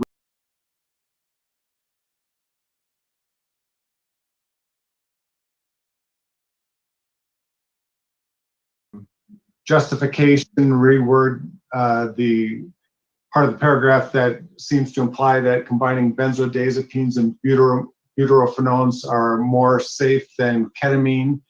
And then clearly putting in the definition of excited delirium and choosing ketamine for that, and under side effects, adding the respiratory depression side effects that we had talked about. May I interject? Yeah, absolutely. Mike Bateman, I don't know if you're on there, but I did send an email back with essentially each one of those conditions, and I don't know if it got lost in transit, but I can certainly do that again. Yeah, Dr. Ashley, this is Mike Bateman. I see your email right here. There appears to have been a miscommunication between myself and Dr. Weber. My apologies for that. I can certainly forward the information right now, and we can go from there. Okay, and I'm happy to continue to do that at a later date with those same conditions in place so we can move forward. Okay, so we have a motion with the suggested changes by Dr. Weber that sounds like they're already in progress. Do we have a second? This is Nate, I'll second. Okay, any further discussion? And to clarify, that was for 3 years with ketamine caveat reporting. Exactly.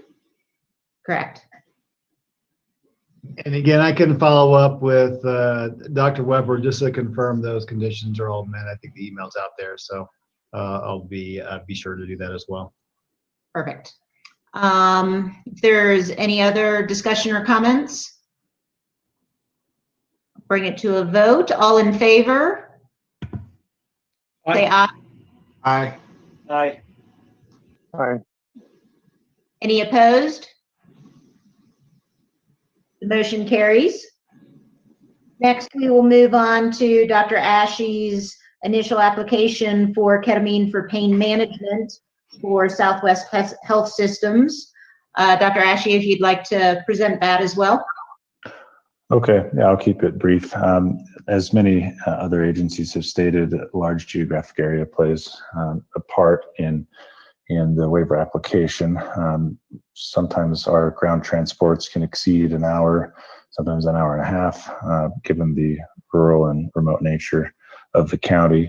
So pain control can be an issue, and oftentimes with opiates becoming, stacked and doses exceeding what might be safe for a patient, I think ketamine for analgesia could be a good alternative to use at that time, as well as for interfacility transports. I believe. I don't know if that was included in the application. I believe it was. Okay, thank you, Dr. Ashe. This was once again reviewed by Mr. Lin and Dr. Weber.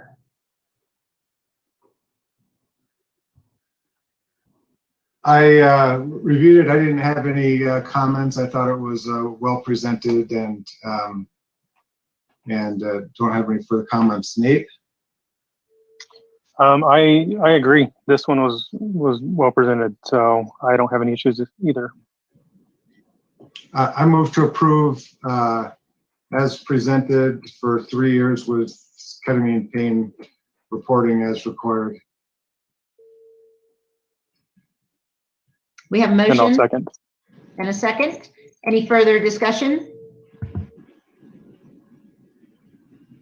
Hearing none, all in favor of this motion passing signify by saying aye. Aye. Aye. Aye. Any opposed?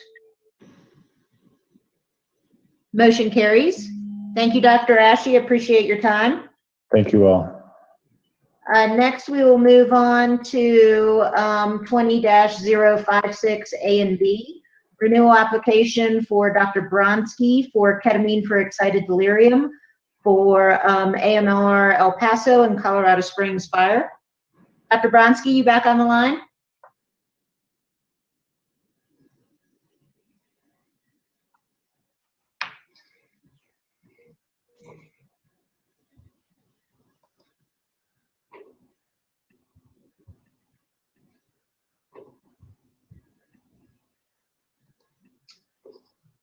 Well, anybody see Stein?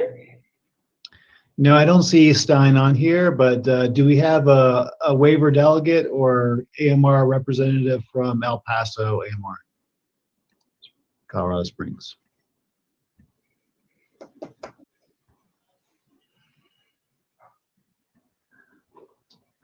If not, I think we can move on to the next and we'll come back if somebody can get in touch with Dr. Bronski. I will do that. We'll reach out to him. Thanks, Deanna. Okay. Great. So we'll just move forward to number 20-058 A, B, C, and D, renewal application for Dr. DeWall for ketamine for excited delirium for Manitou Springs, Northeast Teller, Southwest Teller, and UPass. Dr. DeWall, are you on the line and available? Yes, I am. Can you hear me okay? Yes, sir. All right. Thank you again for the time. So when we look at our ketamine for excited delirium data, we've had this waiver for numerous years. I believe we're actually at 6 years with it at this point, along with our ketamine for medication-assisted airway management, or AKA rapid sequence intubation, in addition to ketamine for pain control. So we've held those 3 waivers. When we look at our numbers, UPass Regional Health Service District has provided approximately 62% of our ketamine administrations.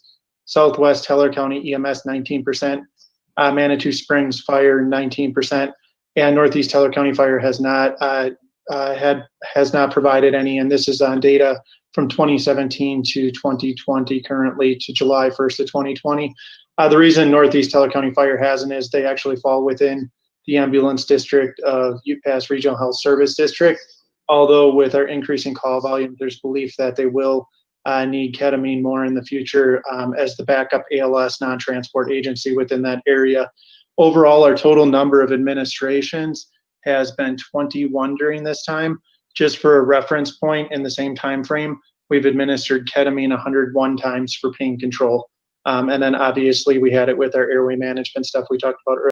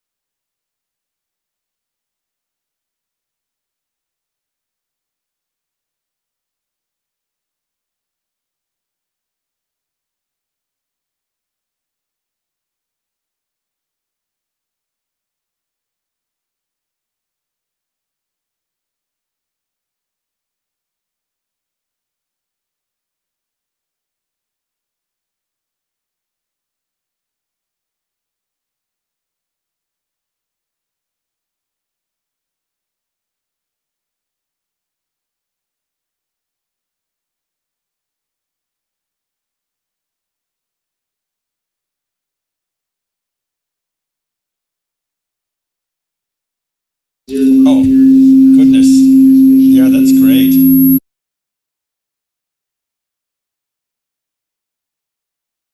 Sure, if they've had these other ones that's been done. And we also did not, within our actual reporting forms with the retrospective reviews, have a box for blood pressure, but we actually added that on too. But these patients obviously have blood pressures checked. When we look at our complication rate, we actually had 3 cases involving side effects from ketamine administration for excited delirium, as is noted in our waiver report that to impact with this. The hypoxic event that was a desaturation to 88%, which is, I believe, reasonable medically, and also in line with sometimes what we see with narcotics for pain control or other medications that can have a little bit of a hypoxic effect. That patient was treated with 2 liters per minute nasal cannula with subsequent oxygen saturations to 93%, so no significant hypoxia. Someone's not muted.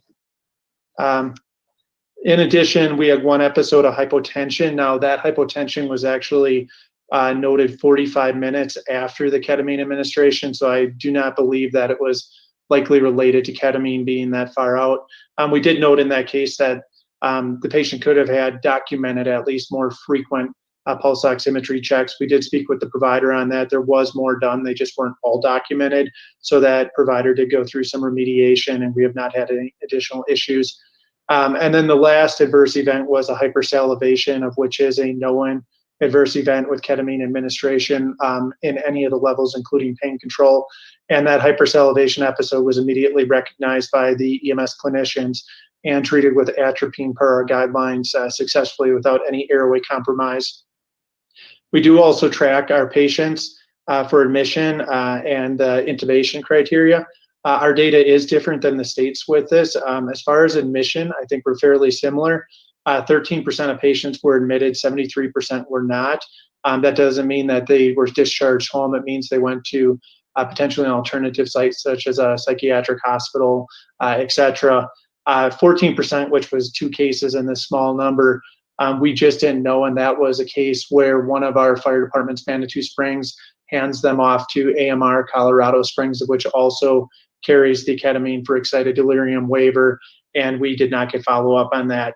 In our new cohorts, we're actually going to ask for that information in a prospective route so that we know exactly where every patient went to. Of our patients who did stay in the hospital, we had 0% intubation rate in those 21 patients. Well, I should say 19, because 2 we were not able to follow up on. But in the 19 patients we were able to follow up on, 0% were intubated in the emergency department, and none were intubated pre-hospital, which is different than the state data. Obviously, it's got a slightly higher amount of intubation. We do peer review all these, as well as myself reviews them, and we had 100% of patients met indications for this. It was appropriate. And then as far as dosing, 100% did receive appropriate weight-based dosing, of which we use. There was 2 cases that actually received a lower dose of ketamine of 100 milligrams each time. However, this was actually a specific patient known to EMS, that EMS and family collaborated together and knew that this patient had a risk secondary to a disease process of a non-psychiatric necessarily disease process of excited delirium. And this patient previously in emergency departments and in hospital settings received 100 milligrams of ketamine, of which would be below our weight-based dosing for the patient, but was extremely successful for that patient with dealing with these events. So that patient actually had a patient-specific care plan implemented for that particular patient for 100 milligram dosing of ketamine IV instead of the weight-based dosing based on efficacy previously. That is pretty much all of our data. I would be happy for any questions. Thank you, Dr. DeWall. Thank you. This waiver application was reviewed by Dr. Mant and Ms. Mathis. Would either of you care to comment? This is Maria Mant. My only comment is that it's a very well put together and reasoned application with really all my questions answered. So I have no questions at all. Thank you, Maria. This is Dawn Mathis. I just have one really picky question. Scrolling through your report on the that you just went through on the patients who received appropriate dosing of ketamine for excited delirium, in the notes underneath that graph, it says dosing for ketamine for pain. I'm thinking that that's just a typo, but I wanted to double check on that. Yes, thank you for catching that.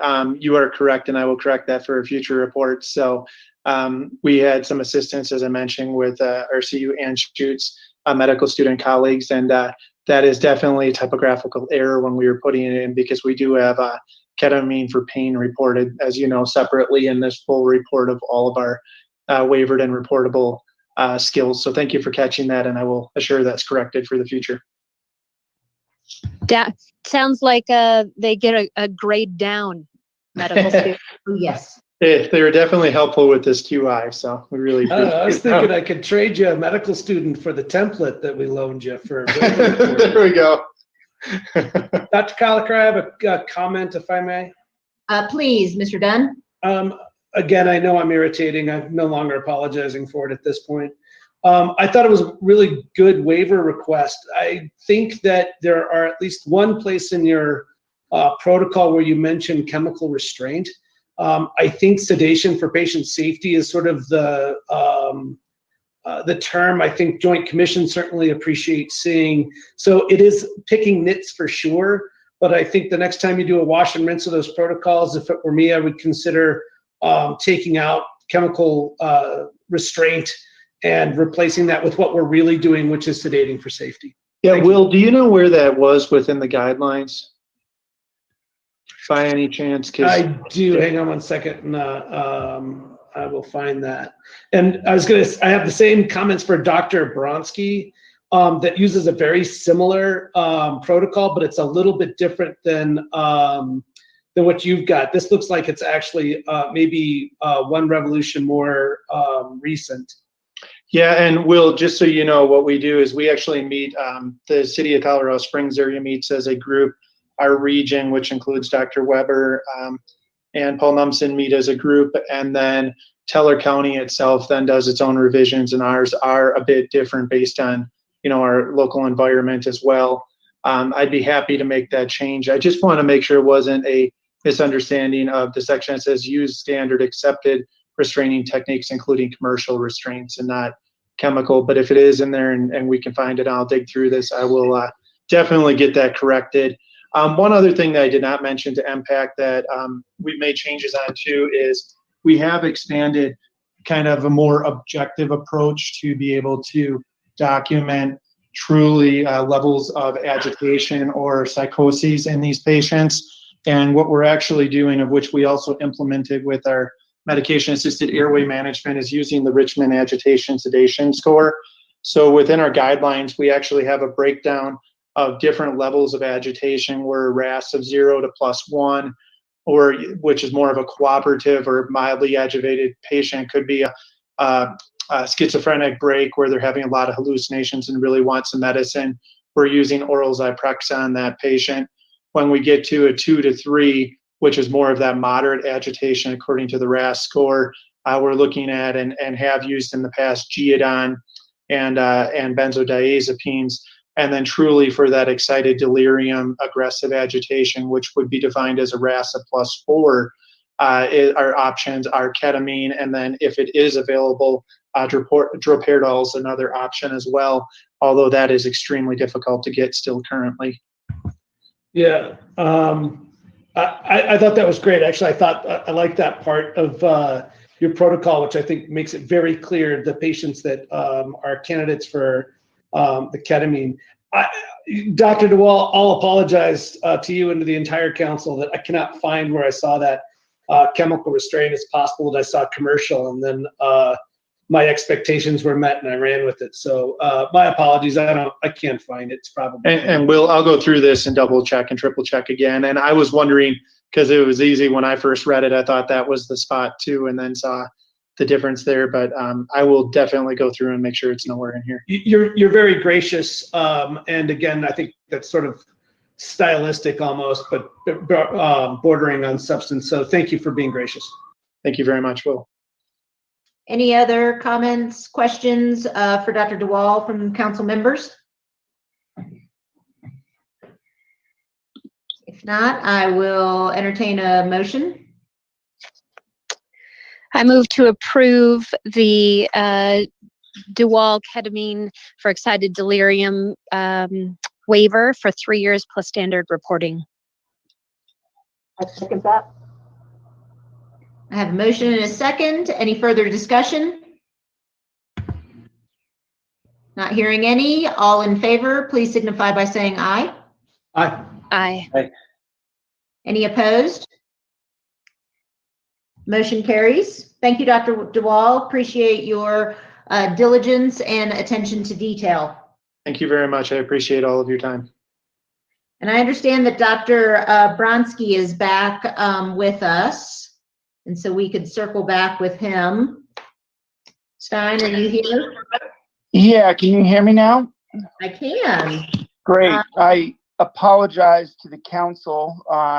The day ran a little bit longer than I was expecting, and I had to go back to be with kids and pick them up. And of course, I don't have service on the way home. So I just arrived here, and I'm trying to pull everything back up from my house. So I apologize to the council. Do you need a minute? Because we could go on to Dr. Eby and come back to you. I may need a minute because I'm having a hard time getting into actually pulling up the waiver at the moment. And so I want to be able to talk about numbers.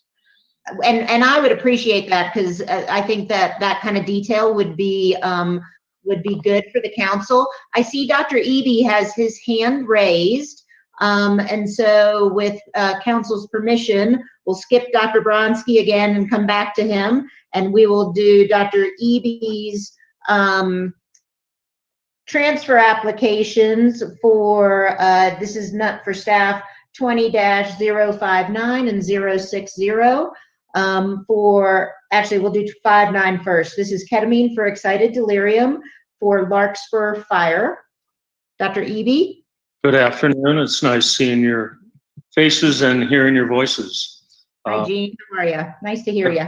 Deeply miss these day-long meetings. Oh, yeah, I bet. So in regards to the Larkspur for excited delirium, in the reporting period, we've had no administrations. And I am looking to transfer this waiver over, as Dr. Witt has recently moved to the Durango area. It will be one of our 4 corner stocks from now on. So I appreciate the consideration for transfer, and I have nothing to report as far as ketamine utilization for excited delirium with Larkspur. And this waiver application was reviewed by myself and Mr. Dunn. Mr. Dunn, do you have any questions, comments for Dr. Eby? You're muted. Sorry about that. It's good to hear from you, Dr. Eby. I just have a couple of questions. I've been banging this drum for a while. I know that you're under the Denver Metro protocols. I think my recommendations still stand that there's a single protocol that's sort of exclusive to ketamine for agitation. And then also, I think that the same comment that I made earlier to Dr. Ashe, that a box in the sort of combative patient or agitated patient algorithm for Denver Metro, I worry isn't enough. And again, I know that I'm talking about protocols that affect hundreds of paramedics under dozens of medical directors. So I know that the mechanism for being agile on those protocols isn't necessarily as easy there. My question was, is this for every paramedic in that system? And I guess I don't know enough about Larkspur to know for sure if that's just if the paramedics simply work on ambulances or if they're also on pumpers as well. They are on both, and it is for all of the paramedics in the system. And I appreciate your comments, and I will represent those to suggestions for change in the next Denver Metro paramedic protocol.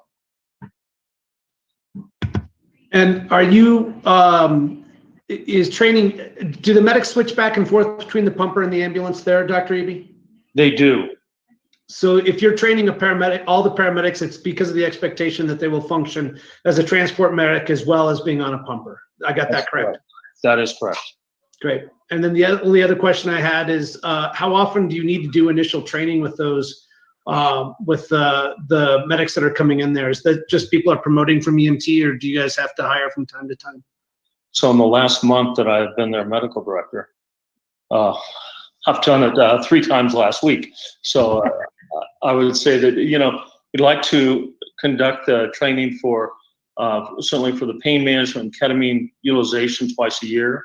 And I do partake in that education as well. It's usually directed through our South Denver EMS educator primarily, and then the medical directors will also engage with that. And do you do case reviews with patients that have gotten ketamine for agitated delirium? We do case reviews on a monthly basis, and every single ketamine case is reviewed, and reviewed not only with peer review, but also with the council review as well. So, and I sit on the council. And the findings for that are shared with the staff through some mechanism? That's correct. They're all present for the field instructor review. I have no further questions. Thank you. Any other council members have any questions for Dr. Eby?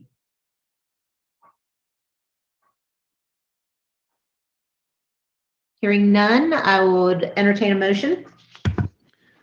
I would move to approve this transfer waiver for Dr. Eby for the use of ketamine for agitated delirium for, so staff may need to help me on this. Do we restart the clock on transfer waivers for 3 years, or did we just approve it for the end of the waiver period? Typically 3 years will. Okay, thank you, Mr. Bateman. So to restate my motion, I move for the approval of the transfer waiver for ketamine in the presence of excited delirium for Dr. Eby and Larkspur Fire for a period of 3 years, with the caveat of ketamine for agitated delirium reporting. Have a motion. Do I hear a second?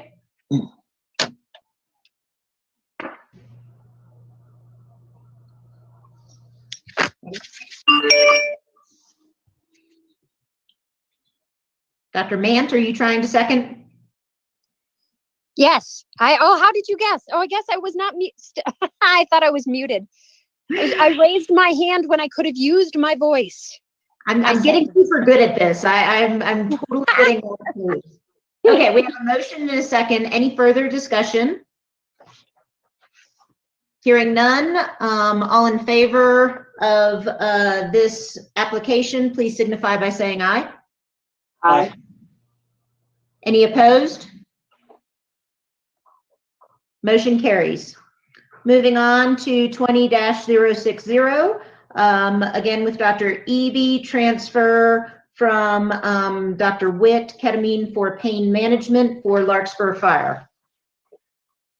So in the last 3 years, the reporting, primarily under Dr. Witt, was occurred in 2018. There were 2 utilizations of ketamine for pain management augmentation. In 2019, we had 0. In 2020 to date, we have had 1. We had no complications reported. They've been all reviewed through the peer review process and appropriate monitoring, and no complications noted.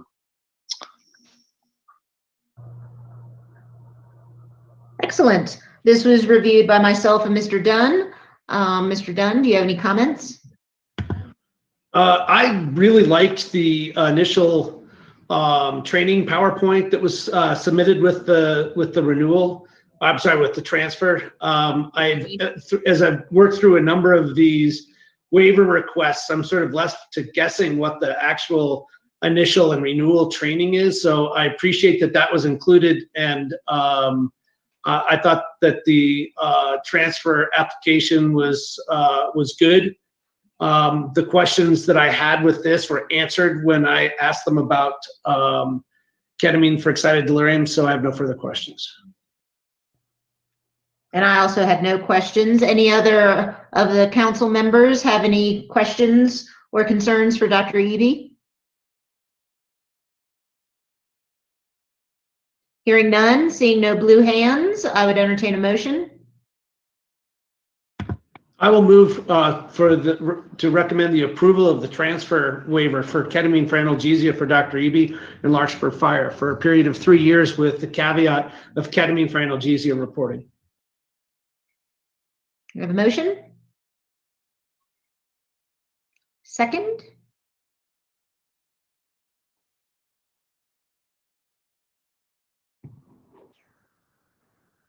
I'll second Dr. Gallagher. Perfect. Thank you. Mr. Parker seconds. Any further discussion? Hearing none, all in favor of approving this waiver application signify by saying aye or raising your hand. Aye. Any opposed? Motion carries. Thank you, Dr. Eby. We appreciate your time. Thank you. Appreciate your time as well. All right. Circling back to Dr. Bransky, if perhaps he has his proverbial ducks in a row at this point. Can you hear me? Yes, sir. Awesome. Thank you. Thank you for giving me a couple minutes to pull that back up. And thank you very much, Mike Bateman, for forwarding me the link once again, because I changed computers in this frantic afternoon. So I am turning in a renewal application for ketamine. And this is for Colorado Springs Fire and for El Paso County AMR. We use ketamine for both pain management and excited delirium. This is for the excited delirium.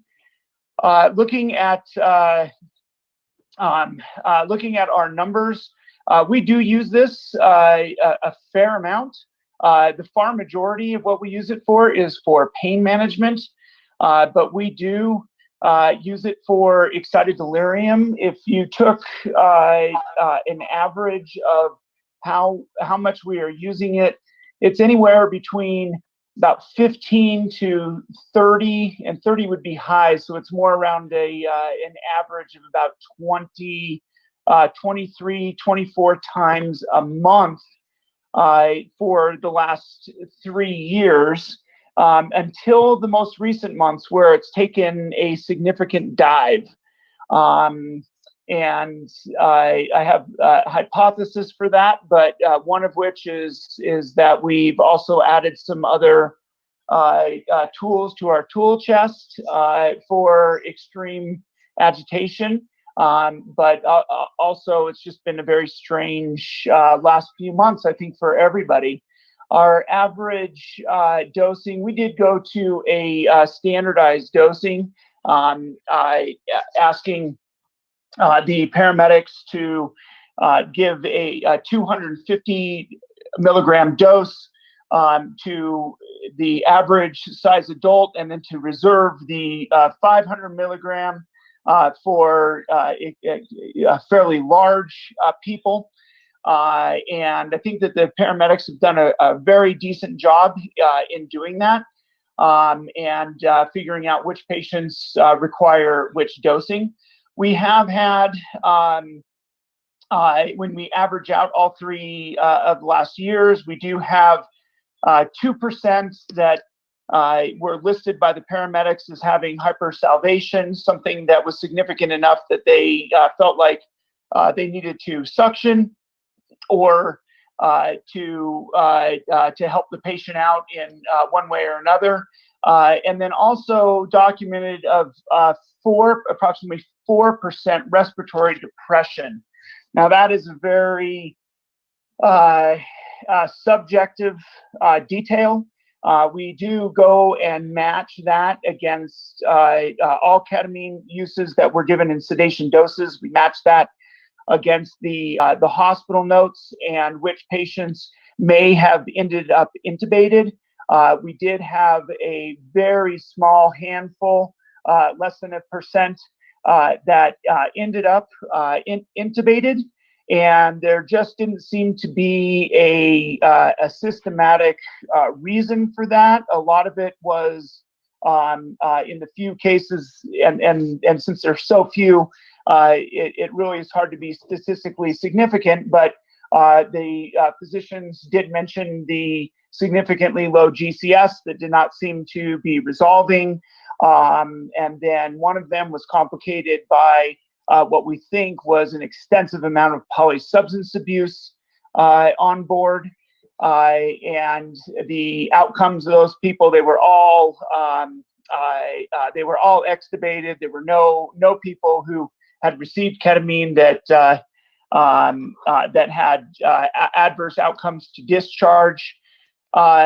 We continue to give education to the paramedics, and as of the last 6 months, also pushed out more and more education on ketamine, as we have learned from years past that even though we have trained them and they are out there using it, we noticed that on about a year to year and a half cycle, that there seems to be a little bit of a dip in the, I don't want to say knowledge base, but sometimes the thought process of when they are using it. And so to head that off and learn from years past, we go ahead and recycle the education. And I think that this last year and a half, 2 years, we've done an excellent job with that, because we did not see this dip in ketamine administration, if you want to call them adverse outcomes.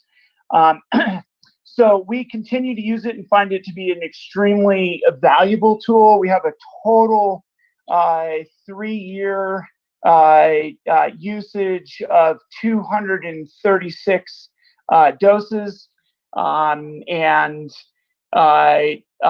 we plan to continue to use that. We think that the benefit is tremendous when it is used appropriately in the appropriate circumstances. We have really stressed to the paramedics the caveats of considering lower doses in people who are advanced age, or who have a thought of having a tremendous amount of polysubstance on board, and that has worked out well. I think that, let's see, nope, I got all those numbers there. If anybody has any questions at the moment, I would like to add that in between these comments and when Jeremy DeWall was on, Christine Sines, one of our educators at UC Health, was able to figure out where we have that wording that Will Dunn was talking about in our protocols. It was actually not in the extreme agitation, but it was kind of left over in the actual ketamine medication protocol, and so we will go ahead and change that. It says in there, it says indications, A, chemical sedation of patients with excited delirium, and that is antiquated language, does not meet our extreme agitation guidelines. Obviously an oversight when we went to change that, and we will make sure that changes. And Jeremy Duval also mentioned that he will make sure that that is changed in his guidelines.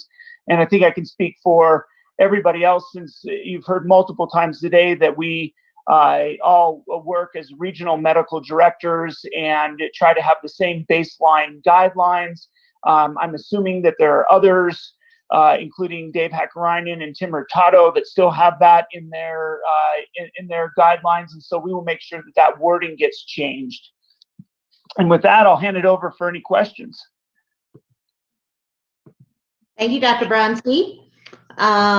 This application was reviewed by myself and Mr. Dunn.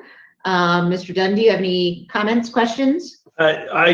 I appreciate it, Stein. Again, I will offer the apology on behalf of the NPAC that we asked for data at the 11th hour. There's so much data here. I'm sure we ruined somebody's weekend in doing that, and I hope that you'll accept our apology and explanation for that, how that happened. I appreciate your being responsive to my comment about chemical restraint. I also see it in your behavioral emergency protocol, and again, this is a protocol that I think is shows that it wasn't. Oh, actually, this one I thought was 2000, but I also see it in there, and I appreciate your being responsive to my nitpicking. A couple of questions about the system. Is this a medication that all paramedics are trained to give at both agencies for the both AMR and Colorado Springs Fire? Yes, all paramedics that enter our system, and after they've gone through their initial training, they are allowed to give ketamine underneath this waiver. When I say they undergo their initial training, that also means that they're giving specific training about all waiver procedures and medications to make sure that they're withholding to the standards that we expect and have met the minimum educational requirements that we expect. But this is unlike RSI. Ketamine is something that once you've passed those initial check marks, any paramedic in our system can give it. I imagine that with a system as big as yours, and I think Colorado Springs Fire is the second or third largest fire department in the state, if I'm not wrong, are you comfortable in ensuring that the proper training for the firefighters that are not in a primary clinical role as paramedics necessarily are trained on that, to be comfortable that they're all trained at that same level? I guess my question is there an argument to be made, maybe not by me, but I'll bring it up, that this would be something that's so specialized that you would limit it to perhaps just transport paramedics?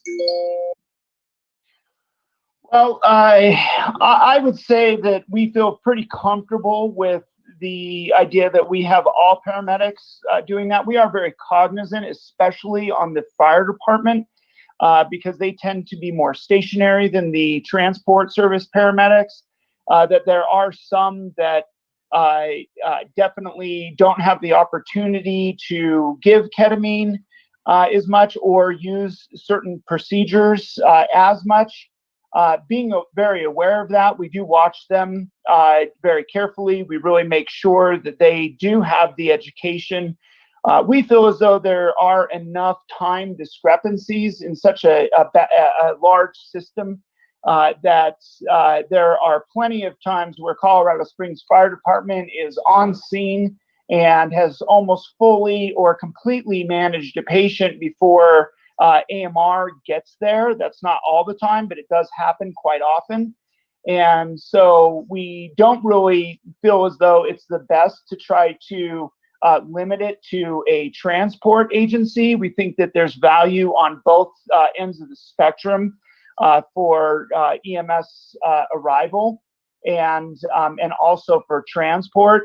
The other nice thing is that if there is somebody who for instance, and we really don't run into this circumstance very much, but once in a blue moon, we do have a circumstance where somebody may say, I didn't feel comfortable doing X, Y, and Z procedure or giving X, Y, and Z medication, and therefore I waited until the other paramedic arrived, and then that procedure or that medication was given. Now, I don't recall specifically that has happened with ketamine. However, when we do notice that, we obviously use that as a red flag that we have to go back and do some extra training with somebody who may not be getting the exposure that they need. But at this point, I would say that with our success rate in giving this and very low complication rate, that I think we're very successfully giving it. And I would promote keeping it both in fire and AMR.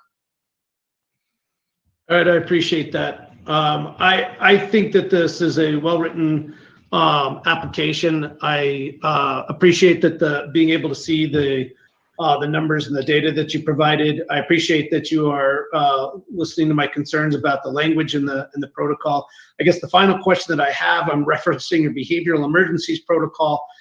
There is a box there where it looks like there is something which is a tool to be used for on-scene, I guess, dispute between patient plan, specifically contacting an ED physician or a supervisor.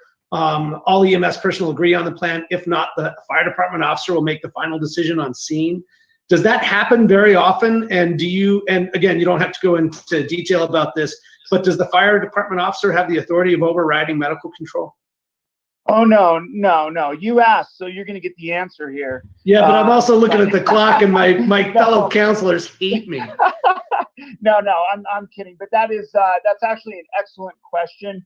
What you are seeing there is some of our local politics infused into the wording of the waiver and our protocols.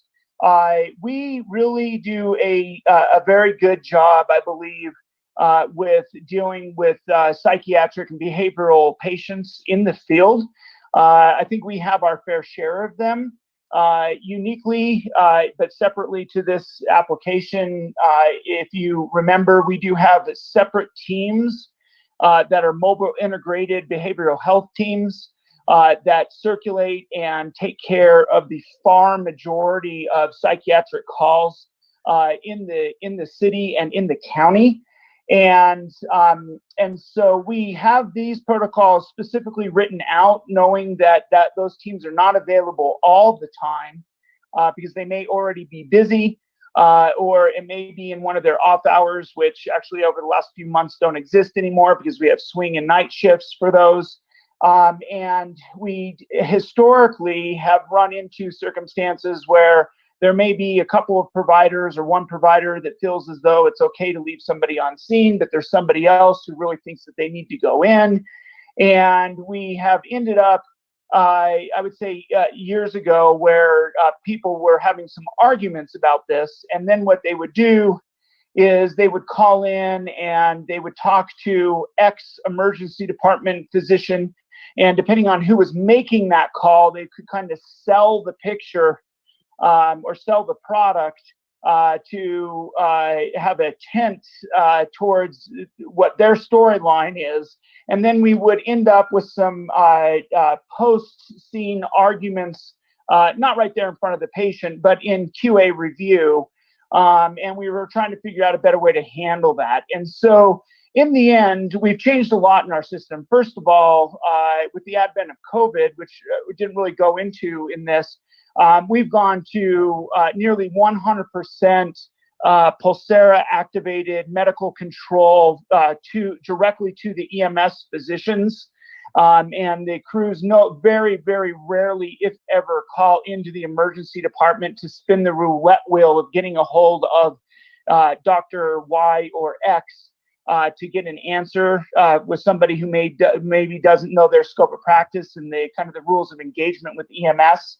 But in the end, we decided that it had to be written somewhere about who has the last say if somebody was going to be brought in. And that last say by city contract actually lies with the highest commander or highest level fire person on scene. That person does not override medical control. They can talk to medical control if they deem it necessary, but they're ultimately the one on scene who gets the final say about what the disposition is going to be, and the conversation with medical control if it comes to that. But to be honest, I haven't seen it escalate to that in a couple of years. I really appreciate that. I appreciate that there's some sophistication to the protocol and to conflict resolution there. I guess the point that I wanted to make sure that is made and is clear, which I think that you demonstrated, is that really on the clinical decisions, the attending paramedic is the one making the decisions on what medication to give and when. I appreciate that there is sophistication into medical control and some of the other gray areas that come into that. So I think that's all of my questions. Right. Dr. Bronsky, I have just one question. Sure. On your behavioral emergency protocol, under the waivered only for extreme agitation, you have the small and the large dose for ketamine, and the small dose is 250 to 500 IM, PRN times 1 after 3 to 5 minutes. Is that correct? Let's see here. I'm just looking at that right now. So Stein, yeah, Jeff Beckman here. So on your adult greater than 13, it just reads 250 milligrams IM for small adults, repeat times 1 after 3 to 5 minutes. So at this point, did you have a top end of where that stops, and what's your general training to that? And Dr. Colliker, hopefully Well, actually, I'm referring to the protocol prior to that, the behavioral emergencies protocol. Okay. On the 3rd page, down at the bottom. In the box? Yep. Yeah, okay, I see what you're saying. You see what I'm talking about? There. Yep, I see it there. It says ketamine, adult greater than 13. It says small, 250 to 500 milligram IM, PRN times 1 after 3 to 5 minutes. I think that, of course, nobody catches this 1,000 times, and then you mention it and I see it in a different light. The way that training is that we really stress to the paramedics, if it is a smaller person, then we really want the 250 milligram dose given. And what we ended up with was a couple of questions and a couple of circumstances where the 250 milligrams was given, and it really did not give effect the way that we were hoping to help control the physiologic situation.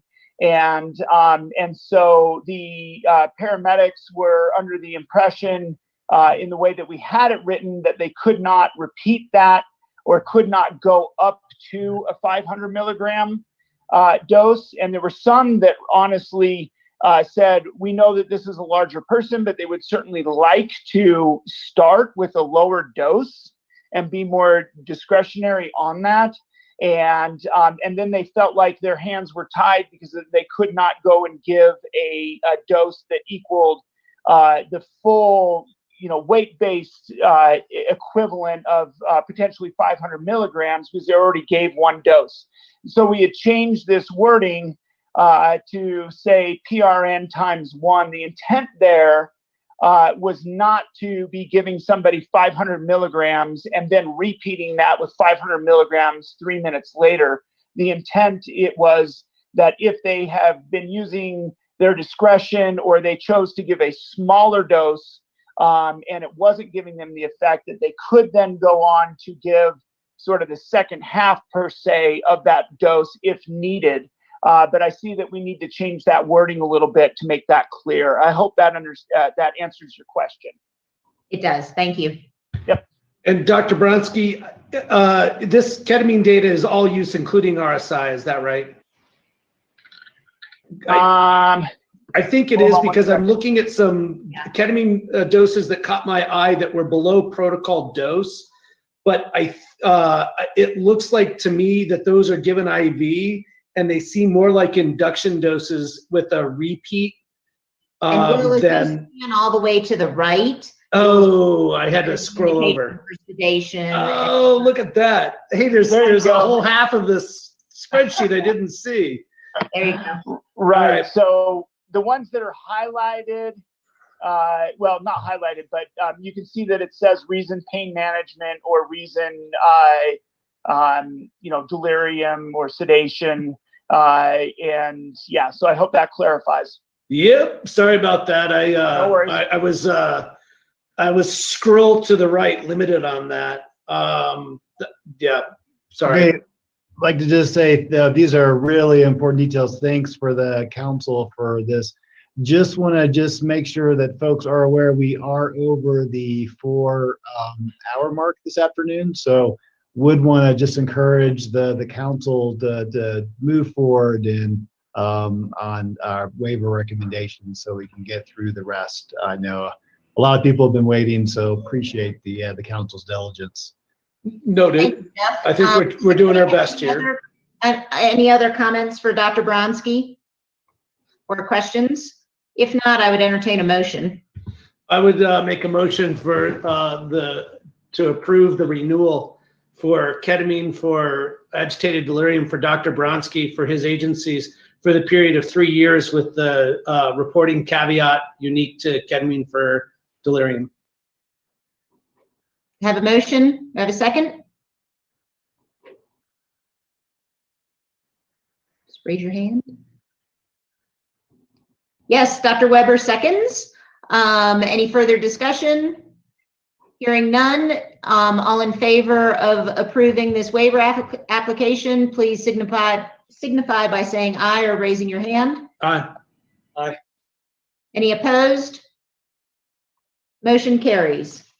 Next, we are going to move on to Dr. Hurtado's ketamine for excited delirium. This is 20-061A through E. There are 3 renewals and 2 initials for agency. Dr. Hurtado, you on the line? I am, thank you. Perfect. Thank you, Council, for entertaining this motion. So I'll start with excited delirium. I have waivers to initiate excited delirium guidelines for 2 agencies, both which are new since our last waiver request. One is new to transport. It's Falcon Fire Department and Fire Protection District, one of the largest growing sectors of our county. And so this would fall into our existing guidelines and allow them to come in alignment with the other transport and fire response agencies in our district. So as an initial, obviously they have no data on previous use. We do know from since when they have come on as a ALS transport agency over the last few months that there has been a number of opportunities where they potentially could have used this medication if it was clinically appropriate. The second agency is Asteri EMS, which is here in El Paso County, primarily doing interfacility transport, but also hoping to help out with the Department of Defense contracts and would also like to be in alignment with the local guidelines on treatment of severe agitation. And so again, I do not have any data on their previous use, as this would be a request for an initial application for those. And I'll pause to take questions from the council about the initial applications for severe agitation and ketamine. And this was reviewed by Ms. Mathis and Dr. Weber.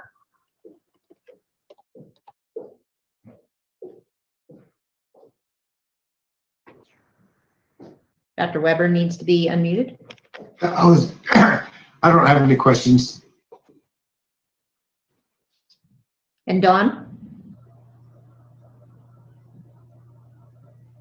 No, I don't have any questions about those initial applications. And Dr. Hurtado, do you want to make any comments about your 3 renewals for excited delirium? Sure, I'll present. We have a brief amount of data from our previous cycle. So we've had one agency that has used ketamine a total of 4 times. Of those 4 uses, all were for severe agitation. The majority of those patients, 75%, so three of those four, were in the hospital and discharged to psychiatric facilities.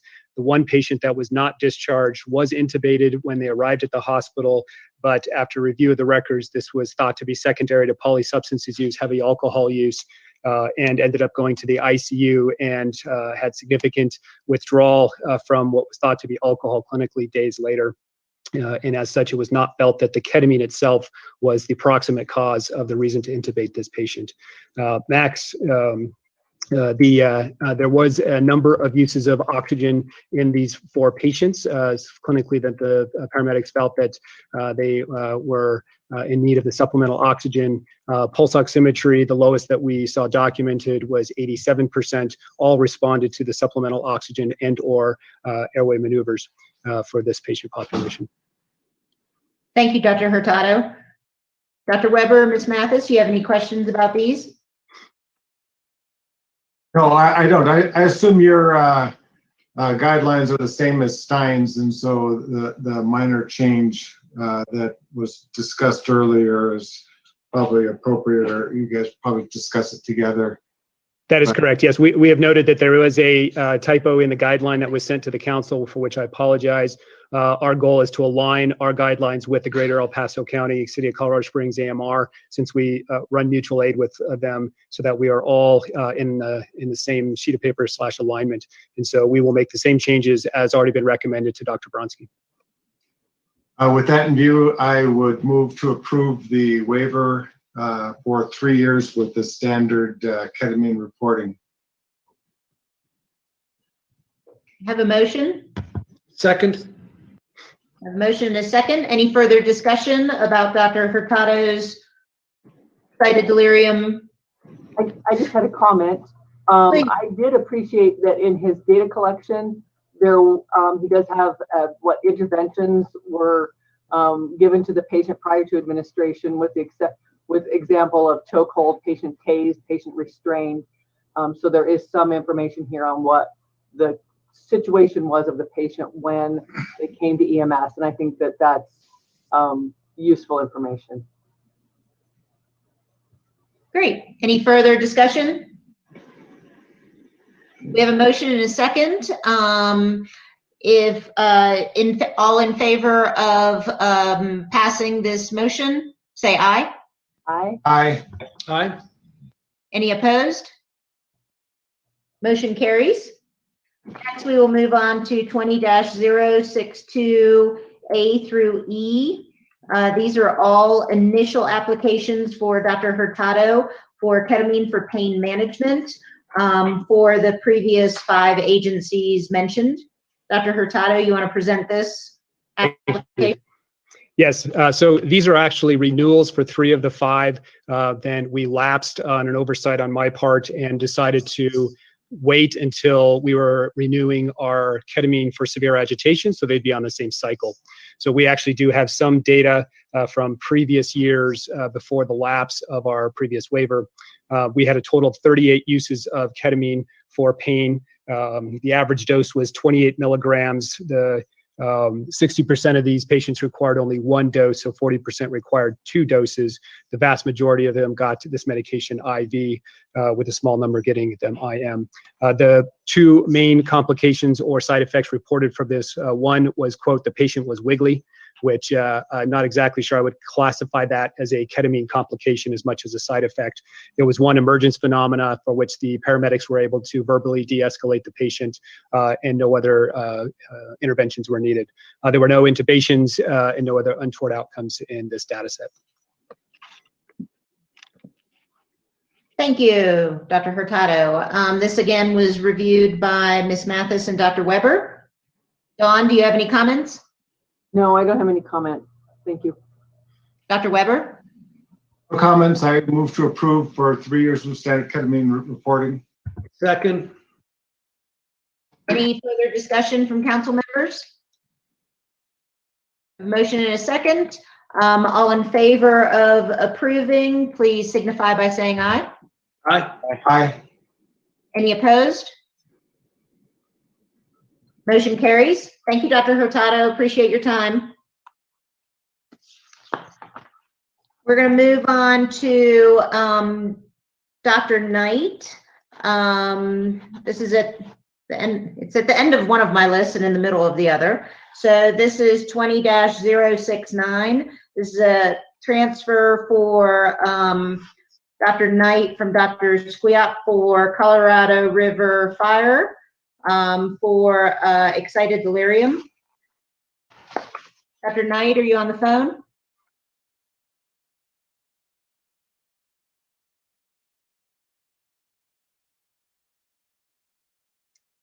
Somebody with their hand up, Scott. Perhaps that is Scott Knight.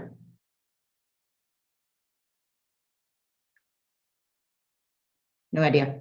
That Do you might guys be hear me? Scott Vince like. Yeah, hi, this is Scott Vince. Like Dr. Knight wasn't able to make it. He's on shift working in the ER today. Allow me to introduce myself real quick. I'm Scott Vince. Like I'm the EMS chief for Colorado River Fire Rescue. I took Chief Mike Scott's position when he left for the state. So that was beginning of November. Working with Dr. Knight. Dr. Squiat stepped away. Dr. Knight took over. We'd like to continue our ketamine programs here with Colorado River Fire Rescue. As far as excited delirium, since we got the waiver granted, to my knowledge, we've utilized it once for excited delirium. That resulted in no adverse effects in that administration in that patient.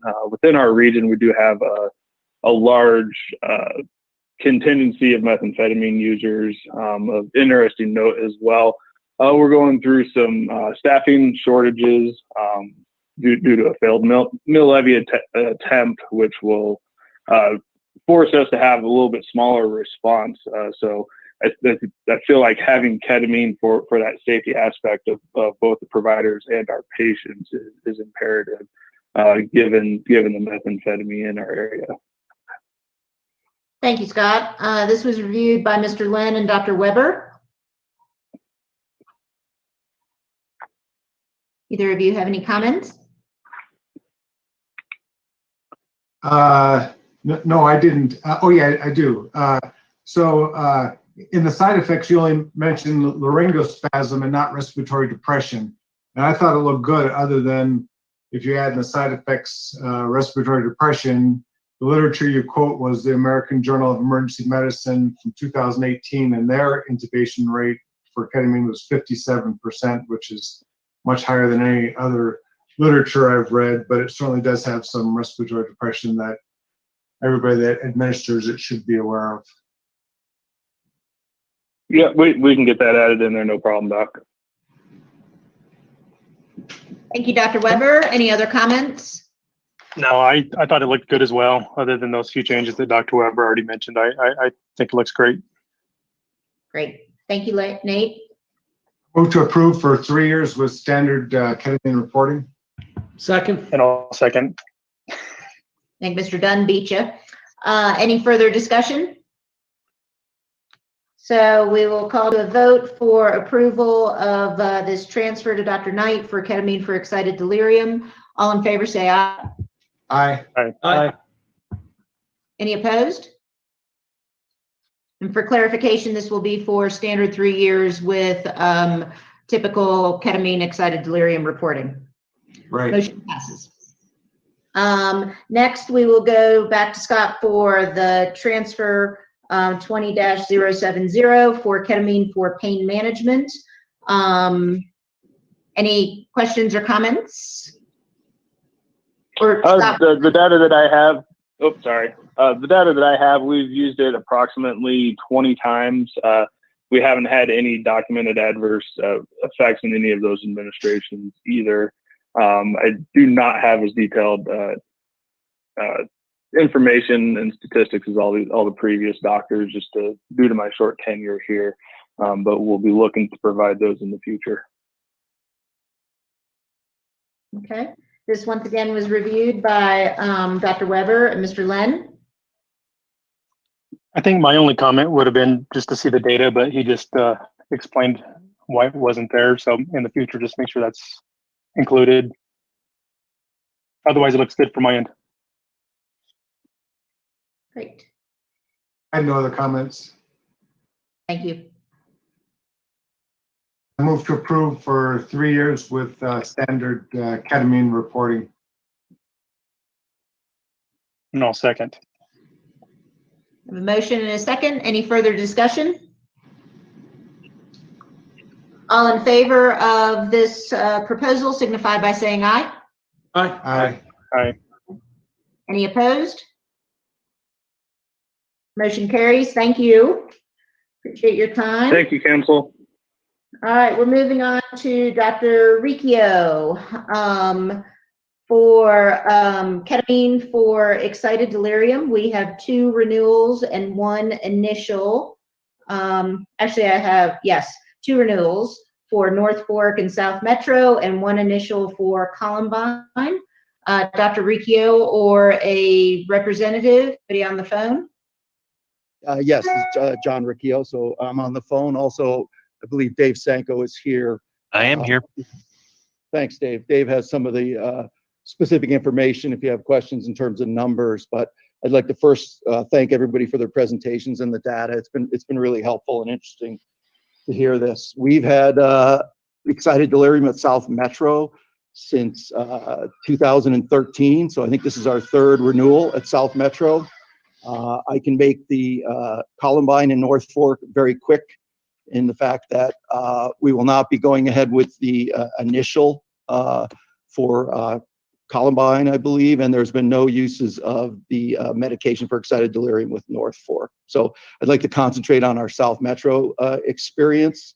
Of interest, just like Denver Health and the information they presented, we have a 0.1% rate of all our patients receive ketamine, so it's a very small, distinct population for which we do that. In over the almost 7-year period, we've used ketamine for excited delirium 108 times. We have found, like most medical directors, it to be a very effective and rapid sedative. We, like most of the medical directors, have commented on, and I'll go over only a few specifics, have a low complication rate, less than 1% for laryngospasm, probably approximately 5 to 7% for hypersalivation. All of those could be handled very easily. Hypoxia, apnea are less than 10%. So again, our data is very similar or below state. I would like to make a specific comment on intubation. When we review the intubation and we looked at the course of the patients, we've noticed that our intubation rate over the 3 renewal periods has significantly decreased, starting at 16%. And over our last full year of data, it was down to 6%. So I'm happy to report that. Also, when we review those cases that intubated and look at their hospital course, if they are hospitalized, we also review other reasons they may be intubated. And it's been our experience, like several medical directors have mentioned, that many of these patients have other indications and for intubation, despite not just the ketamine. And that would include, we've had intracranial bleeds, we've had polydrug overdose, major traumas, etc. So I think our experience is very similar to others. I would just make 1 or 2 comments, maybe just on the unique things that maybe we do at South Metro that may be helpful in our robust QM, which is 100%, which we all do with state requirement. We have a multi-level way of looking at that. We actually have an outside reviewer that starts the review and looks at protocol indications, and we're following the waiver, et cetera, to start. That's then referred to our QM management department, including myself, who then review it, and then also Dave Sanko over at Parker Hospital is also looks at these cases. So we kind of look at it from multi-levels to try to make sure that we're doing the best care that we possibly can. And then just in addition to education, I would just mention that we developed a chemical sedation bundle for South Metro, and it just kind of helps guide our providers a little bit on which drug, which we've all discussed here, which of the 3 medications that we use for sedation. And we found that to be helpful. In addition, we developed a kind of a cheat sheet, what we call a NARC card, and ketamine is involved with that also, in which it helps guide the dosages that we use. It's also listed in milligrams that the patient should receive, and also in mLs to try to help us with any misdosing. of patients. So I think in general, we've had a very good experience with it, and we'd like to continue to use that for these very difficult and sometimes very sick patients. So I'll open it up to questions from the group, and Dave may help me with some of the data if you need more information. So Dr. Riccio, just to confirm, you are withdrawing the initial application for Columbine ambulance? That is correct. Okay, so this is just for renewal for the other two agencies. That is correct. And the Columbine, the reason for it, we initially looked at it, we started to look at the numbers. Columbine's business at this point is mostly interfacility, going to nursing homes, et cetera. So we just thought it was not a good fit for ketamine for excited delirium for that agency. So this was reviewed by Dr. Mant and Ms. Mathis. Either of you have any questions or comments? I just had one question on the data reporting. It says that there is a SMFR ketamine review 2019 attached, but I did not, perhaps I'm just overlooking something, but I did not see that. Dawn, yeah, it either didn't get attached, but if you look under the QA tab, it'll say for 2019, it'll have everything broken down, the number of utilizations, the dosing, and so on and so forth, at the very end of the QA tab. Are you looking for specific numbers that I can give you right now? No, I just wanted the overall information. Okay. I don't, there really isn't a QA tab. It's just a Word document. So maybe it's, okay.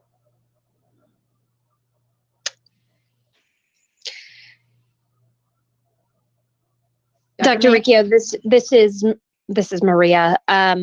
You actually answered my question at the very end, and that is how your medics know when to use midazolam and when to use ketamine as per the protocol.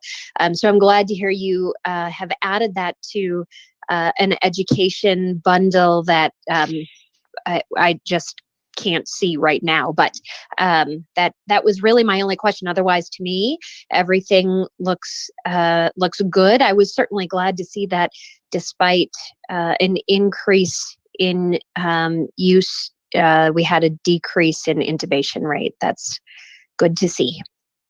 Yes, thanks, Dr. Maria. Also, a lot of our increased use is secondary to the fact that we, during that time period, merged with two other fire departments, including Cunningham and Littleton Fire, which essentially doubled the size of our department. So a lot of that growth has to do with that in the numbers that you're seeing. Yes. And as someone who lives in that region, I was aware of that, but that's a very important point here as well. I had no issues with this, and feel ready to propose that sorry, that's not my job. Deanna, back to you. I don't have any further questions. That is totally your job, Maria. Have that job. Maria, yeah, you can do a motion. Any council person can entertain a motion. So. All right, very good. Well, then I would like to entertain a motion to approve Dr. Riccio's ketamine for excited delirium for the 2 renewal applications only for 3 years with standard reporting. I'll second. Thank you. Thank you, Mr. Parker. We have a motion and a second. Any further discussion? Hearing none, all in favor, please signify by saying aye. Aye. Any opposed? Motion carries. Next, we will go to Dr. Riccio's 20-064. This is a renewal for ketamine for pain management for South Metro. Dr. Riccio, do you have any comments to present this? Yes, just a few comments. We've just had this waiver since 2018. Over that period of time, we've given it 100 uses, ketamine for pain. We have not seen any serious complications. We've done obviously a lot of education on it. The only comment I would make that we saw, and I wonder if it's reflected in the other data, that we did see a significant amount of nausea and vomiting in using ketamine for pain. We had about a 10% rate of nausea and vomiting. We had the occasional patient that was dysphoric. Anecdotally, we kind of feel like the infusion technique has helped with those kind of side effects, but really can't back that up with any data. And we did have one patient with hypotension, but they actually had hypotension prior to getting the ketamine, and it was a trauma patient, and that's why ketamine was actually chosen over a narcotic. So again, I think this is an important part of our armamentarium in terms of helping patients with pain control, which is a major thing that we're all seeing. And I think that's my only comment. Okay, thank you, Dr. Riccio. This was reviewed by Dr. Mant and Ms. Mathis. Either of you have any questions or comments for Dr. Riccio? I did not. Thank you. Dawn? No, I did not either. Okay. I would entertain a motion. I will move to approve ketamine for pain for Dr. Riccio's renewal agencies for 3 years with standard reporting. Thank you, Dr. Mant. I have a motion. Second that. And a second. Any further discussion? Hearing none, all in favor of this proposal, please signify by saying aye. Aye. Aye. Any opposed? Hearing none, motion carries. Thank you, Dr. Riccio. Appreciate it. All right, guys, hang on. We're almost there. Thank you. Okay, Dr. Rusa, this is 20-065. This is a renewal for ketamine for excited delirium for Lafayette Fire Department. Is Dr. Rusa or any representative on the line? Hi, Dr. Rusa. Hi, How are you? I'm great.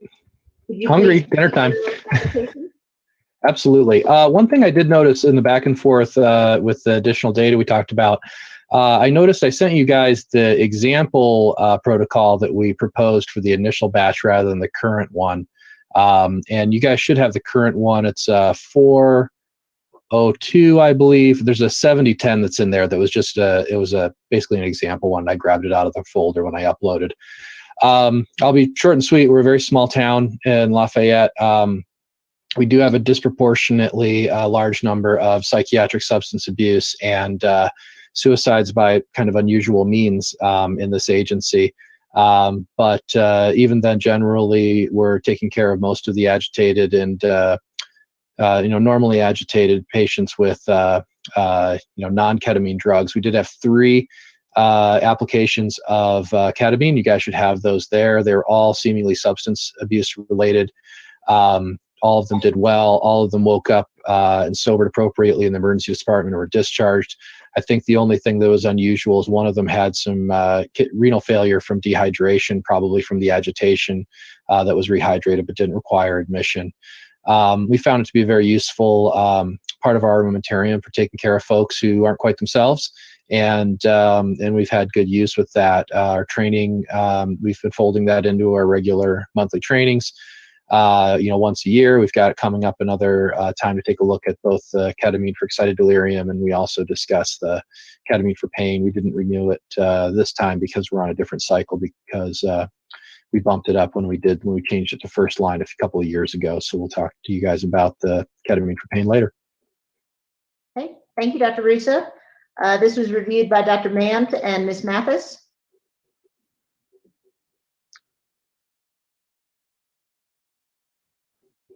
Dawn, you have any questions, comments? Let me get to my notes here. No, I don't believe that I do. Okay.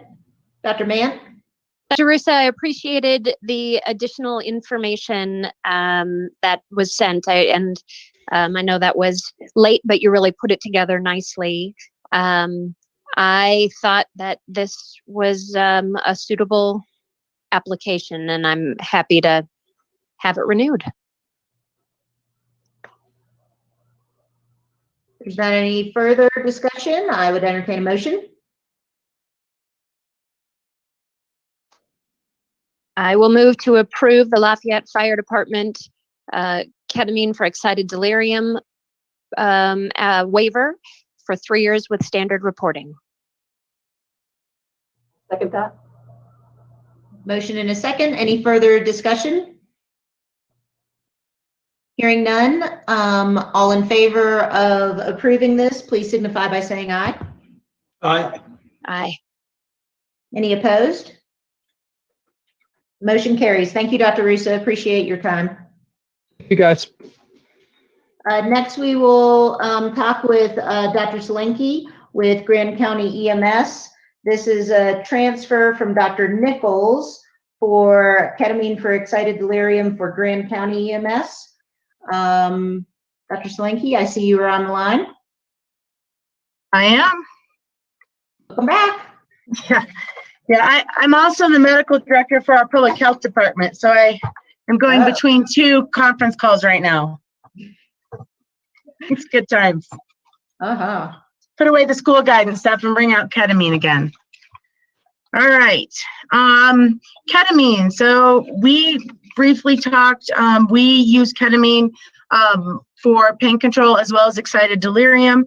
For our excited delirium, we do see a significant amount of patients, approximately 10% of the patients that we see are seen for different substance use and abuse. And so it is something that we do see. We have a very robust cannabis scene up here, and people like to get multiple drugs and play with them. We have used it 8 times in 2 years. So it's not, this excited delirium portion of our waiver is not something that we use a ton, but it absolutely is necessary in our environment. As we, of course, don't use things like Haldol, et cetera, for our EMS providers. I'm sorry, question? Nope, continue. Okay. Do you want me to speak right now for just excited delirium, or do you want me to talk about analgesia also at the same time? No, let's just do excited delirium first. Okay. I guess those are the reasons that we use it.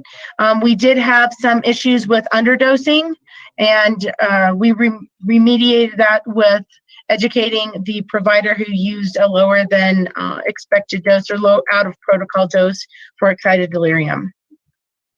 And that only occurred twice. So they were confused with the analgesic dose versus the excited delirium dose. Any questions? We've been using it now for a couple of years and have not had any adverse outcomes with it, and have had no significant respiratory depression with our use. This was reviewed by myself and Mr. Dunn. Mr. Dunn, do you have any questions? Yeah, thank you. I appreciate including the data, and I appreciate your work of being both the medical director for Grand County and the public health medical director. The question that I had in looking at the protocol, it looks like that you've got either 4 or 5 milligrams per kilogram. Is there a reason why you've got the range? You know, I mean, I'm also a Denver health physician. We use a range in RED from 3 to 5. When Dr. Nichols wrote this protocol, he used 4 to 5. We tend to use the 4 milligram dose. For our agency, I would prefer they use the lower end dose to start off with, just given other issues that have come up. Okay, I appreciate that. Again, for the sake of clarity, I think that if you prefer the lower end dose, I think that it is well within your purview to make the protocol dose 4 milligrams per kilogram and stick with that. The other questions that I had, when I look at all of these doses that you provided, and again, I appreciate the data, they all seem to be below the 4 milligram per kilogram dose, I guess, because I don't have the weights of these patients here. But in just looking at the range, it looks like for 2018, it's a patient that would be in the 30 to 37 kilogram range. or the 10 to 12 and a half. Oh, that one you explained. 50 to 60 kilo range for a patient, which I can understand, but seems just a little bit light. Again, 30 to 37 kilos, I think, is still light for even for a 14-year-old female. And again, when I look at 2019, I see ranges for male patients that are in the 50 to 60 kilo range. And I just want to make sure that you're looking at that data, that you're aware of it, because it seems like even though you're recommending a smaller dose, you still potentially are underdosing these patients, and that obviously comes with its own concerns. Any comment? I'm looking. I know that this past year we re-educated on appropriate dosing for excited delirium across the board. There were a couple of cases that were significantly underdosed, but we did talk about that this past year. I'm trying to look at the numbers on my cell phone right now, which, you know, I'm almost 50. I'll just say that. Right. And a lot of them are very close to the 4 milligrams per kilogram. But they range from 3 to 4 for the most part, except for the 2 that were significantly underdosed, and we re-educated. Okay. Hey, Will, this is Audrey. There was also one in 2018. We do have a patient that we have a care plan for that has dissociative identity disorder, and we run on that person several times throughout the year. And there is a care plan that we have with that person for a specific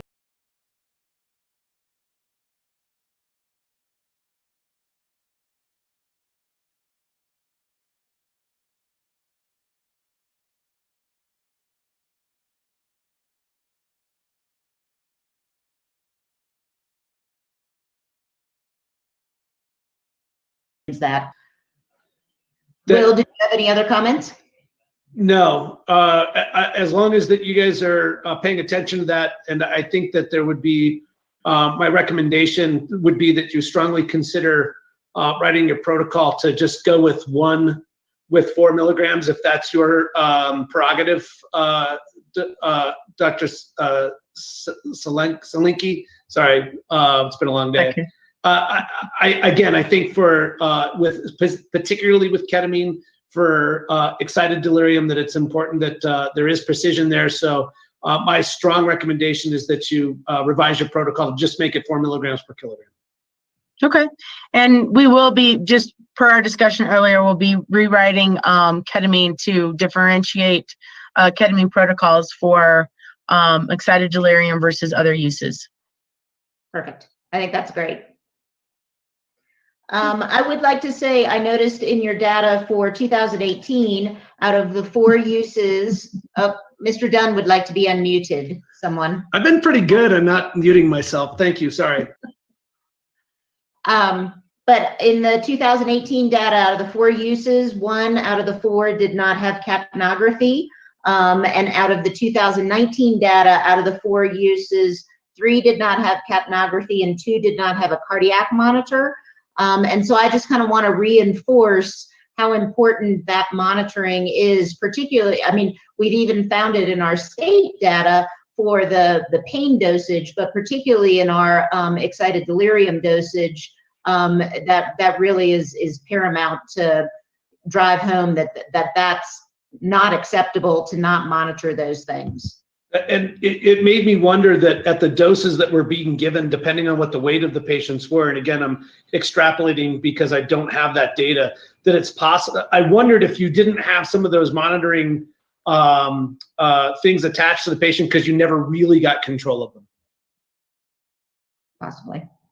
That's totally possible. I could not answer from 2018 right now. I would have to go back and look. This is Audrey. I think that's all right. I guess as long as you're aware of that, again, I think that there does seem to be a trend of underdosing. As long as you guys are aware of that and willing to address that, I don't have any further questions. Yeah, and I'm sorry. Were you talking about the pain management? You were seeing no No, actually, I was referring to your excited delirium data. I'm sorry. I Thank was you. referring back to our state data, which actually showed at the super low pain doses that we were still seeing hypoxia and things like that. So I guess I was just trying to emphasize how important it is to, insist on that monitoring. Anybody else on the council with any other questions or comments for Dr. Solanki?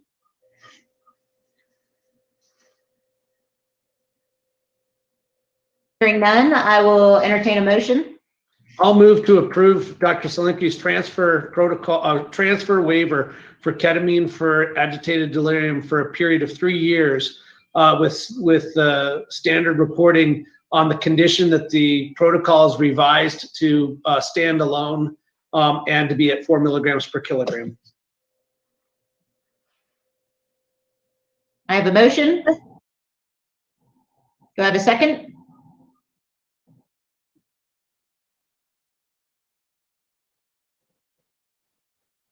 Dr. Weber has seconded. Any further discussion? Hearing none, all in favor of approving this transfer application for excited delirium, signify by saying aye. Aye. Aye. Any opposed? Motion carries. And then subsequently, Dr. Solanki, your second transfer 20067 ketamine for pain management. Would you like to present that? We have been using ketamine for the past couple of years, since 2018, and we're finding that we use it a lot for our patients in terms of analgesia and pain control. We utilized it 56 times in 2018, and then 49 times for patients on scene in 2019, and then an additional 29 patients for interfacility transfers. So we're using it quite a bit. We have had patients on mechanical ventilators, and like we talked about earlier with our RSI and our propofol, ketamine is definitely in our armament for sedation and pain for the long transfers, as well as when they get on scene to these trauma patients in austere environments. It has been well tolerated. We have not seen any significant adverse effects with our lower dose sedation. We had one patient with hypersalivation, but in terms of monitoring and following the protocol, really not seeing issues with our staff. And it's ketamine is something we talk about at every quarterly meeting, since we review cases where we have transports on vents. So this protocol is reviewed very routinely with our staff, and it's been very successful, and our paramedics have really appreciated having it in our armament. And something that is become really key for us is that recently we were unable to get fentanyl. So our fentanyl supplies have been low, and ketamine has been an ideal medication to augment our pain control strategies. Thank you, Dr. Solanki. This was reviewed by myself and Mr. Dunn. Mr. Dunn, do you have any questions or comments? I appreciate the clarification. The analgesia data had some high numbers in it, which I realize now is really sedation for some of the intubated patients, so that makes sense. I don't know if the department has an opinion about reporting that data separately than analgesia data. It feels a little bit different than analgesia when you look at those doses. Right. It almost feels more like something that would fall under your RSI waiver for that. So I appreciate that. I appreciate that the data was done there, and I don't have any other questions. And that actually, in between our meetings, we did talk about the fact that infusions seem to go along with RSIs in vented patients. So when we're looking at our protocol, we'll be looking at that as a use for our ketamine is in RSI, and then the continued infusion for the vented patient. That seems to make sense clinically obviously clinically, but also from a reporting standpoint. So I appreciate your insight on that.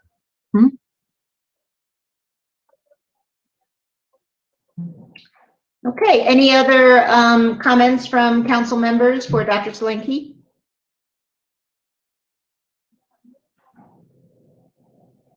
Hearing none, I would entertain a motion.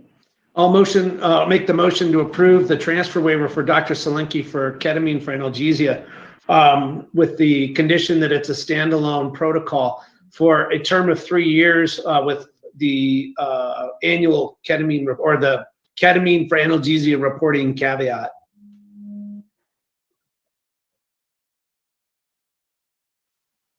I have a motion. Do I have a second?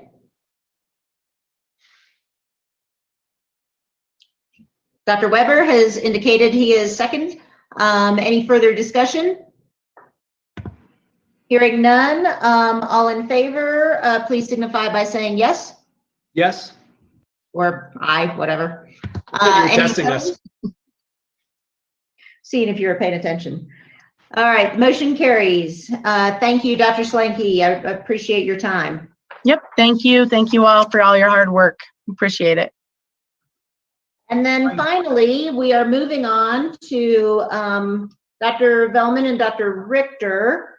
We have a number of 15 renewals for initials for ketamine for excited delirium. Dr. Velman or Dr. Richter, anybody on the line? Yeah, yes. Can you hear me okay? Yes, how are you doing, Pete? Great. Hi, this is Dr. Velman. Thank you, Council, for allowing us to present our data and request the renewal on this. I'm more than sure that the Council has heard enough about ketamine so far, so I'm going to try and make my comments and report fairly brief, if that's okay. I spent the weekend kind of updating our data and talking to our data input folks and making sure that I have some fairly clear numbers, which I think we sent over. We had 169 doses of ketamine for excited delirium or for extreme agitation giving in this time period. Of the 169, we had 2 patients that had bradycardia, but no other arrhythmias and no cardiac arrest. We had 1 patient with hypotension. If you look at the average age, it was about 32 years of age. Average dose was about 410 milligrams. The male to female ratio was similar to what the state data has, is about 3 to 1. We had 4 intubations in the field for an intubation rate that's a little less than 3%. And while some incomplete data coming from the hospitals as far as follow-up, my best estimate in extrapolating what our in-hospital intubation rate is probably about 8%. The one thing that bothered me as we went through the data is we had, out of the 169 patients, roughly 70 that were reported as being hypoxic. That was a little concerning to me, and when I asked our data folks how they put that in, it's anybody below 92% on room air. So that a little bit better about it. The other concern that I had in the data was we had 42 patients that did not have a cardiac monitor and 38 patients that had no end-tidal CO2 monitoring. That seems like pretty large numbers, but when I looked at them, they either had the pulse ox and the end-tidal CO2 or the pulse ox and the cardiac monitor, one or the other. And only 2 patients out of 169 did not have a pulse ox monitor on them.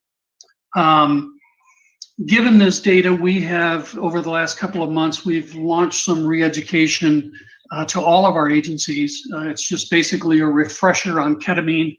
And in that process, we are emphasizing how important it is to have all 3 monitoring techniques in place, pulse ox as well as end-tidal CO2 and cardiac monitor, when these patients are given the dose for severe agitation. I think that's probably all I have to say. Okay, thank you, Dr. Velman. These applications were reviewed by Mr. Lin and Dr. Mant. Nate or Maria, either of you have any questions or comments? I see blue hands for both. The only questions I had, Dr. Bellman already answered regarding the monitoring aspect of it. I did appreciate the training PowerPoint in there. That was pretty neat thing, and I may have to get with you guys and borrow that for my folks. But other than that, I didn't have any issues with any of that. Moving forward with this, do we need to approve the initials first and then the renewals, or? We can do them all at the same time, but I'll list them all out once we're ready to get to that point. Okay, other than that, I don't have any other issues with anything. Dr. Veldman, this is Maria Mant. I certainly appreciate your expanded explanation of the adverse event rate. Certainly, that was something on my mind. So I appreciate your thorough look at this over the last several days. I feel like you adequately address the continuum that is agitation to excited delirium, and the protocol set is robust. I certainly don't have any issues with extending those that require renewal and granting the initial applications for the others. Thank you, Dr. Mant. So just for staff and just for completeness, what we will be accepting a motion for would be for initial application for ketamine for excited delirium for Alpine Rescue, Echo Mountain, Loveland Ski Area, and St. Anthony Hospital, and then renewal applications for excited delirium for Brandomere Speedway, City of Westminster Fire, Clear Creek EMS, Elk Creek Fire, Evergreen Fire, Gilpin Ambulance, Highland Rescue Team, Inner Canyon Fire Protection, North Metro Fire, Platte Canyon Fire, Red, White, and Blue Fire, South Park Ambulance, Stadium Medical, Summit County, and West Metro. Whew. This is Nate. I'll make a motion that we approve the 4 initial for the agencies you listed for the standard 3-year reporting with the annual ketamine reporting, and approve the other 14 or 15 that you mentioned as well. I would second that. We have a motion and we have a second. Any discussion amongst the council members? For the record, Matt Parker is recusing himself as an employee. Thank you, Mr. Parker. Any other questions or comments? Hearing none. All in favor of... Dr. Kohler, this is Scott Phillips. Actually, in your list, Summit County Ambulance no longer exists. And we had put in an addendum to the staff to make that Summit Fire and EMS. Okay. Yeah, and this is Mike Bateman. Scott, I did receive that, and Summit Fire is on this list. We'll need to work with you in our license management system to be sure we have accurate record of the agency of record. Okay. Thank you. Thank you, Mr. Phillips, for that clarification. All in favor, say aye. Aye. Aye. Aye. Any opposed? Mr. Parker abstaining. The motion carries. Thank you, Dr. Velman, for your time. Thank you, council members. I appreciate it.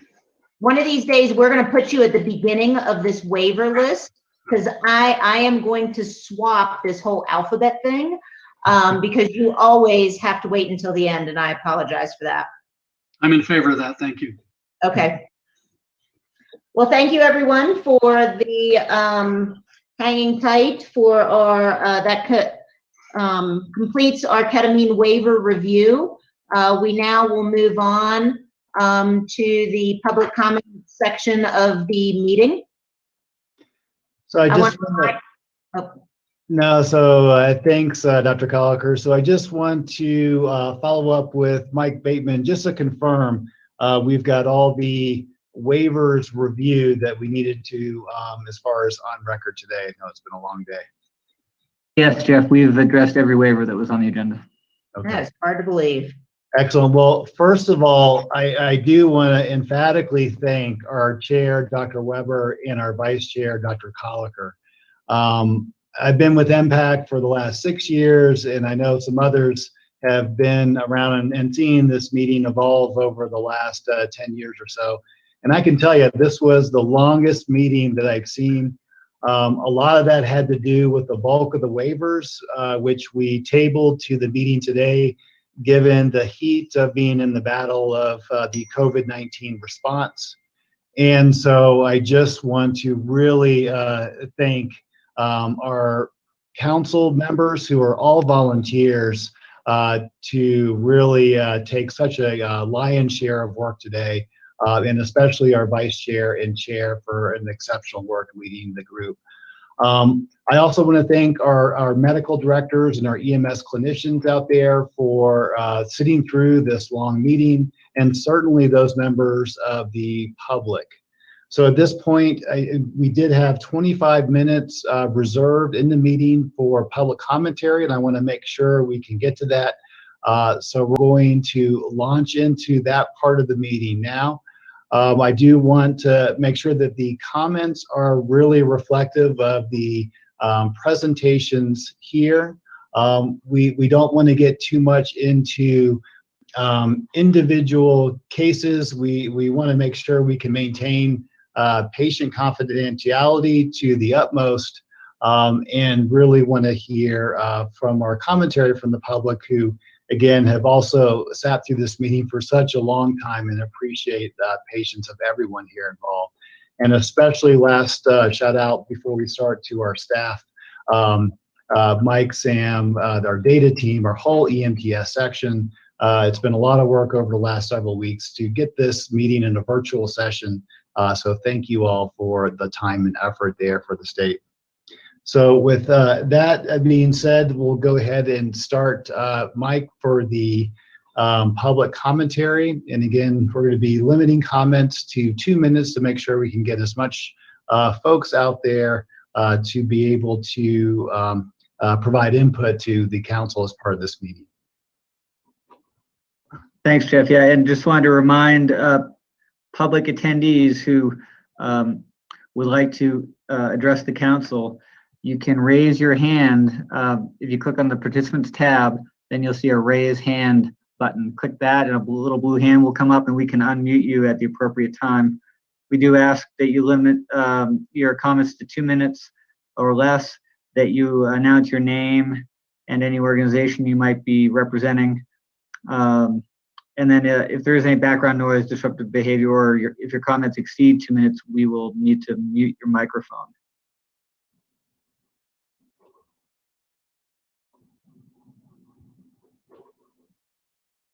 Okay, first I have Anita Springsteen here.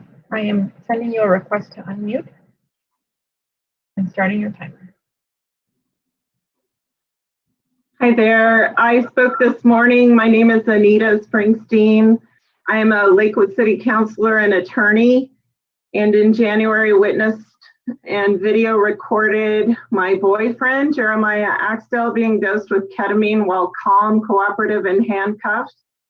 I am astounded that you put public comment after voting on waivers 2 hours later, shaking off everybody who wants to do public comment on this issue that has outraged people over Elijah McClain, and that none of you even mentioned his name today, or the fact that ketamine is used on minorities and people who are profiled more than others. Dr. Barrett belittled public opinion on ketamine, but we are not stupid. Your data is wrong because it's self-reported by paramedics who report on themselves. Most people don't have a third-party witness who understands human rights and civil rights or has video to prove that the subject was not uncontrollable, as I do. The video clearly shows there was not excited delirium, that Jeremiah was oriented ×4, not on drugs, in cuffs, seated. Police were all calm, followed instructions, called people by name, offered to walk to the police car, said he was 100% compliant. They said there was an assault and there was no assault. They never tried to put him in a police car, although they said so in their reports.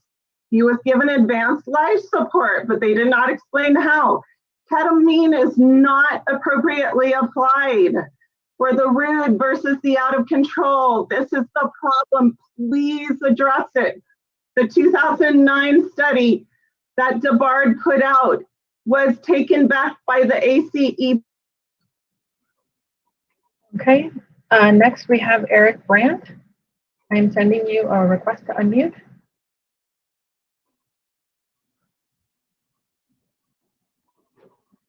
I can't turn my camera on, but can you hear me? Yes. Oh, hi.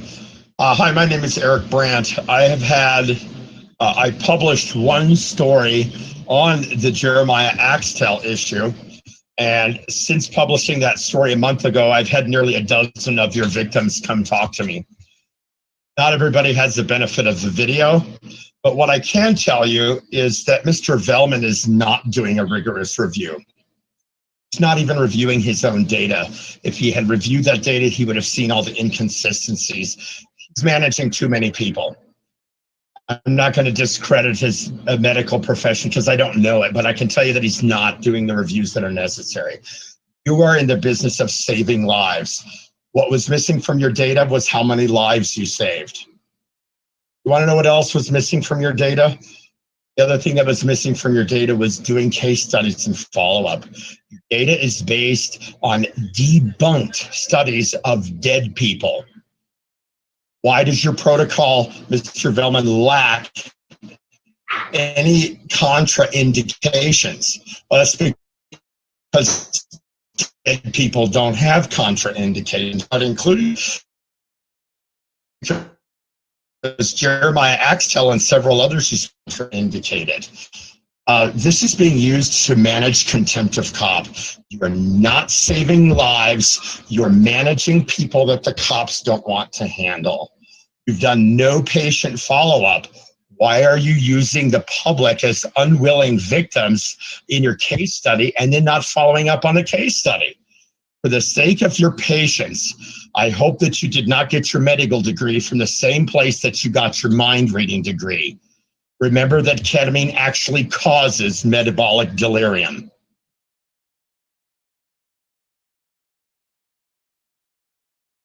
Okay, anyone else want to raise their hand for public comment?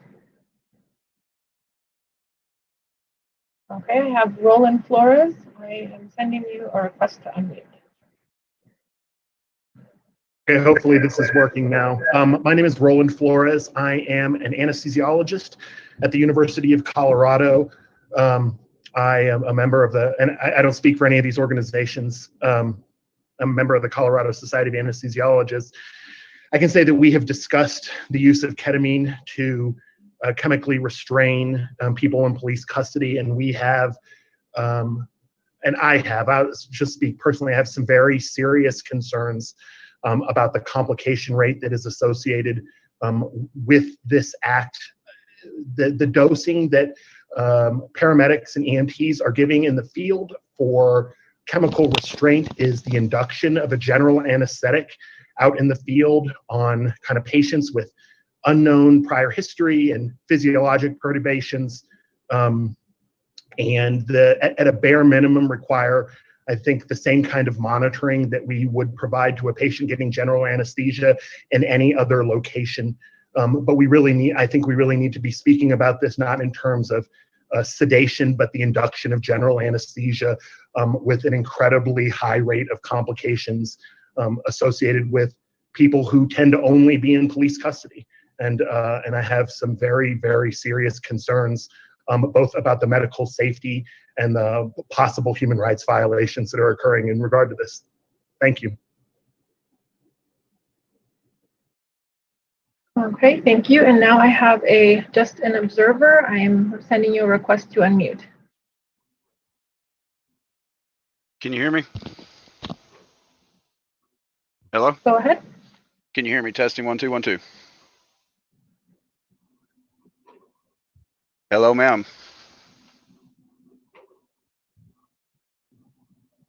Can you hear me?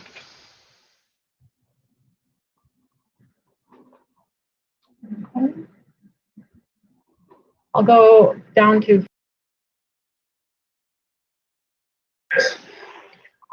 Okay, go ahead.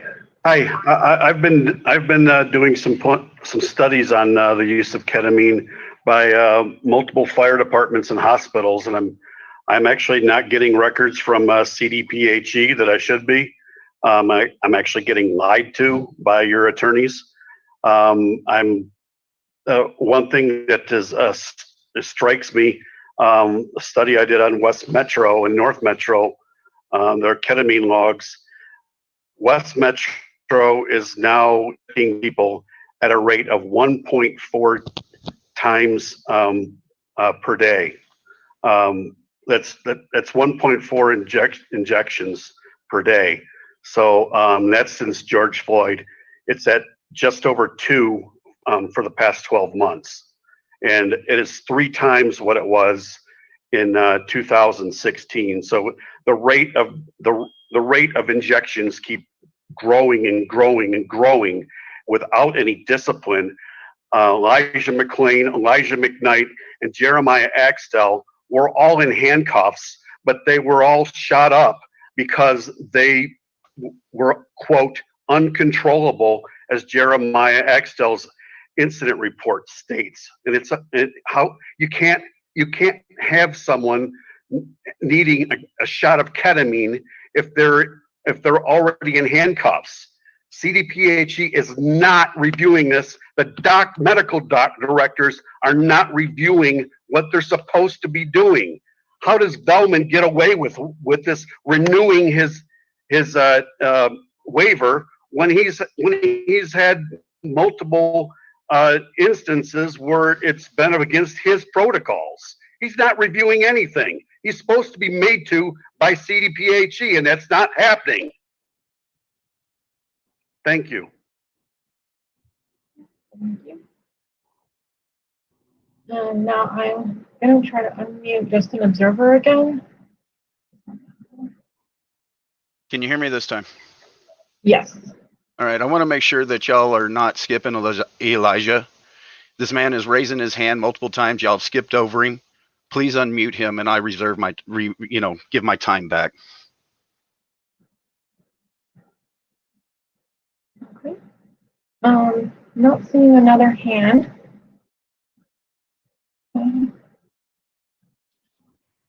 So Sam, if it's under Elijah McKnight. Yeah, Sam. He's holding his hand up in the video here. Oh. So Elijah's his first name, so he might be under E. I'm sorry, I was looking at the. No problem. Here, you can have my time back too. Hello. I should go ahead. Well, first off, I noticed when you guys were reviewing South Metro Fire, who injected me with 750 milligrams while I was cuffed, and after they said I was alert and was did not need to be hospitalized. That when you were talking about complications, Dr. Riccio didn't mention my situation. Also, the Colorado Department of Health reviewed Health and Environment reviewed my situation and came to the conclusion somehow that they were following protocol, but they injected me by police request. And if I think your protocol states that you need to take extreme caution when injecting someone with ketamine if they are intoxicated, which I clearly was, and they reported. And I don't even think the excited delirium assessment, which isn't even, from what I understand, a real medical term, that observation or that conclusion came after they injected me, and it wasn't mentioned anywhere.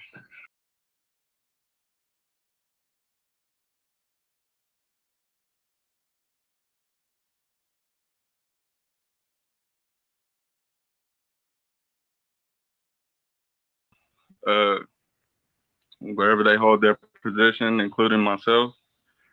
And I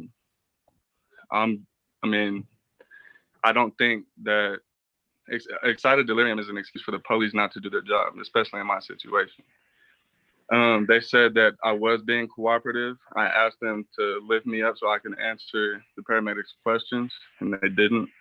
They continued to turn my legs backwards, and I yelled, "Do not break my legs." And they said I was resisting, but I was clearly in cuffs, just being held down. And they could have lifted me up several times when I told them that I was being cooperative, and they agreed. So I definitely request that the CDPHE reopen that investigation and come to the correct conclusion. Okay, thank you, Elijah. Dr. Russo, did you have a comment? Oh, no, I was just he was holding his hand up on the picture and not on the thing so we could find him.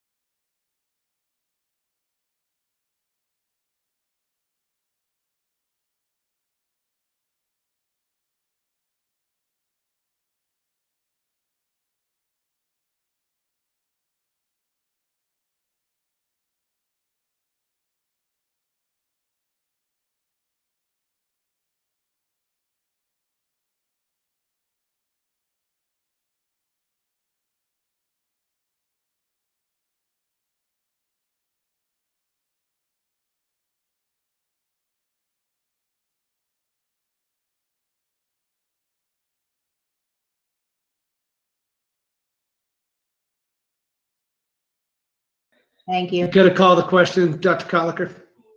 I'm sorry? Got to call the question. Motion to adjourn was seconded. Yes, sorry. We have motion and a second. All in favor? Aye. Aye. Aye. Thank you, everyone. Will, it's so great to have your parliamentarian skills again. Thanks again. And thanks again, It was everyone. 8 years worth. It's like now I need counseling. Have a wonderful evening all. Thank you. All right, thank you. Thanks, everybody. Good to see you. Thank you.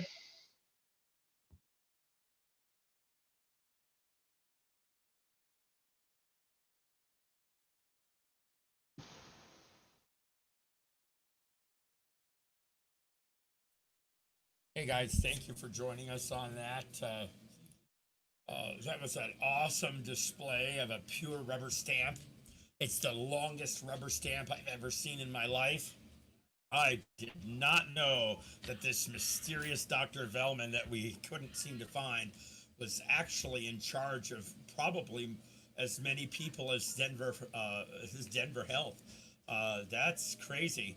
And you have, did you guys notice that they dumped Anita Springsteen at exactly 0 seconds, but they didn't do that to anybody else? I thought that was interesting, and you wonder if they're not actually out to get somebody. I think they actually are out to get her. But anyway, I know it was a long meeting. Thank you for joining that. Thank you to Friends in Code for picking up the video from his end so that it would be a clearer video. I appreciate that, and we're going to be out for the night.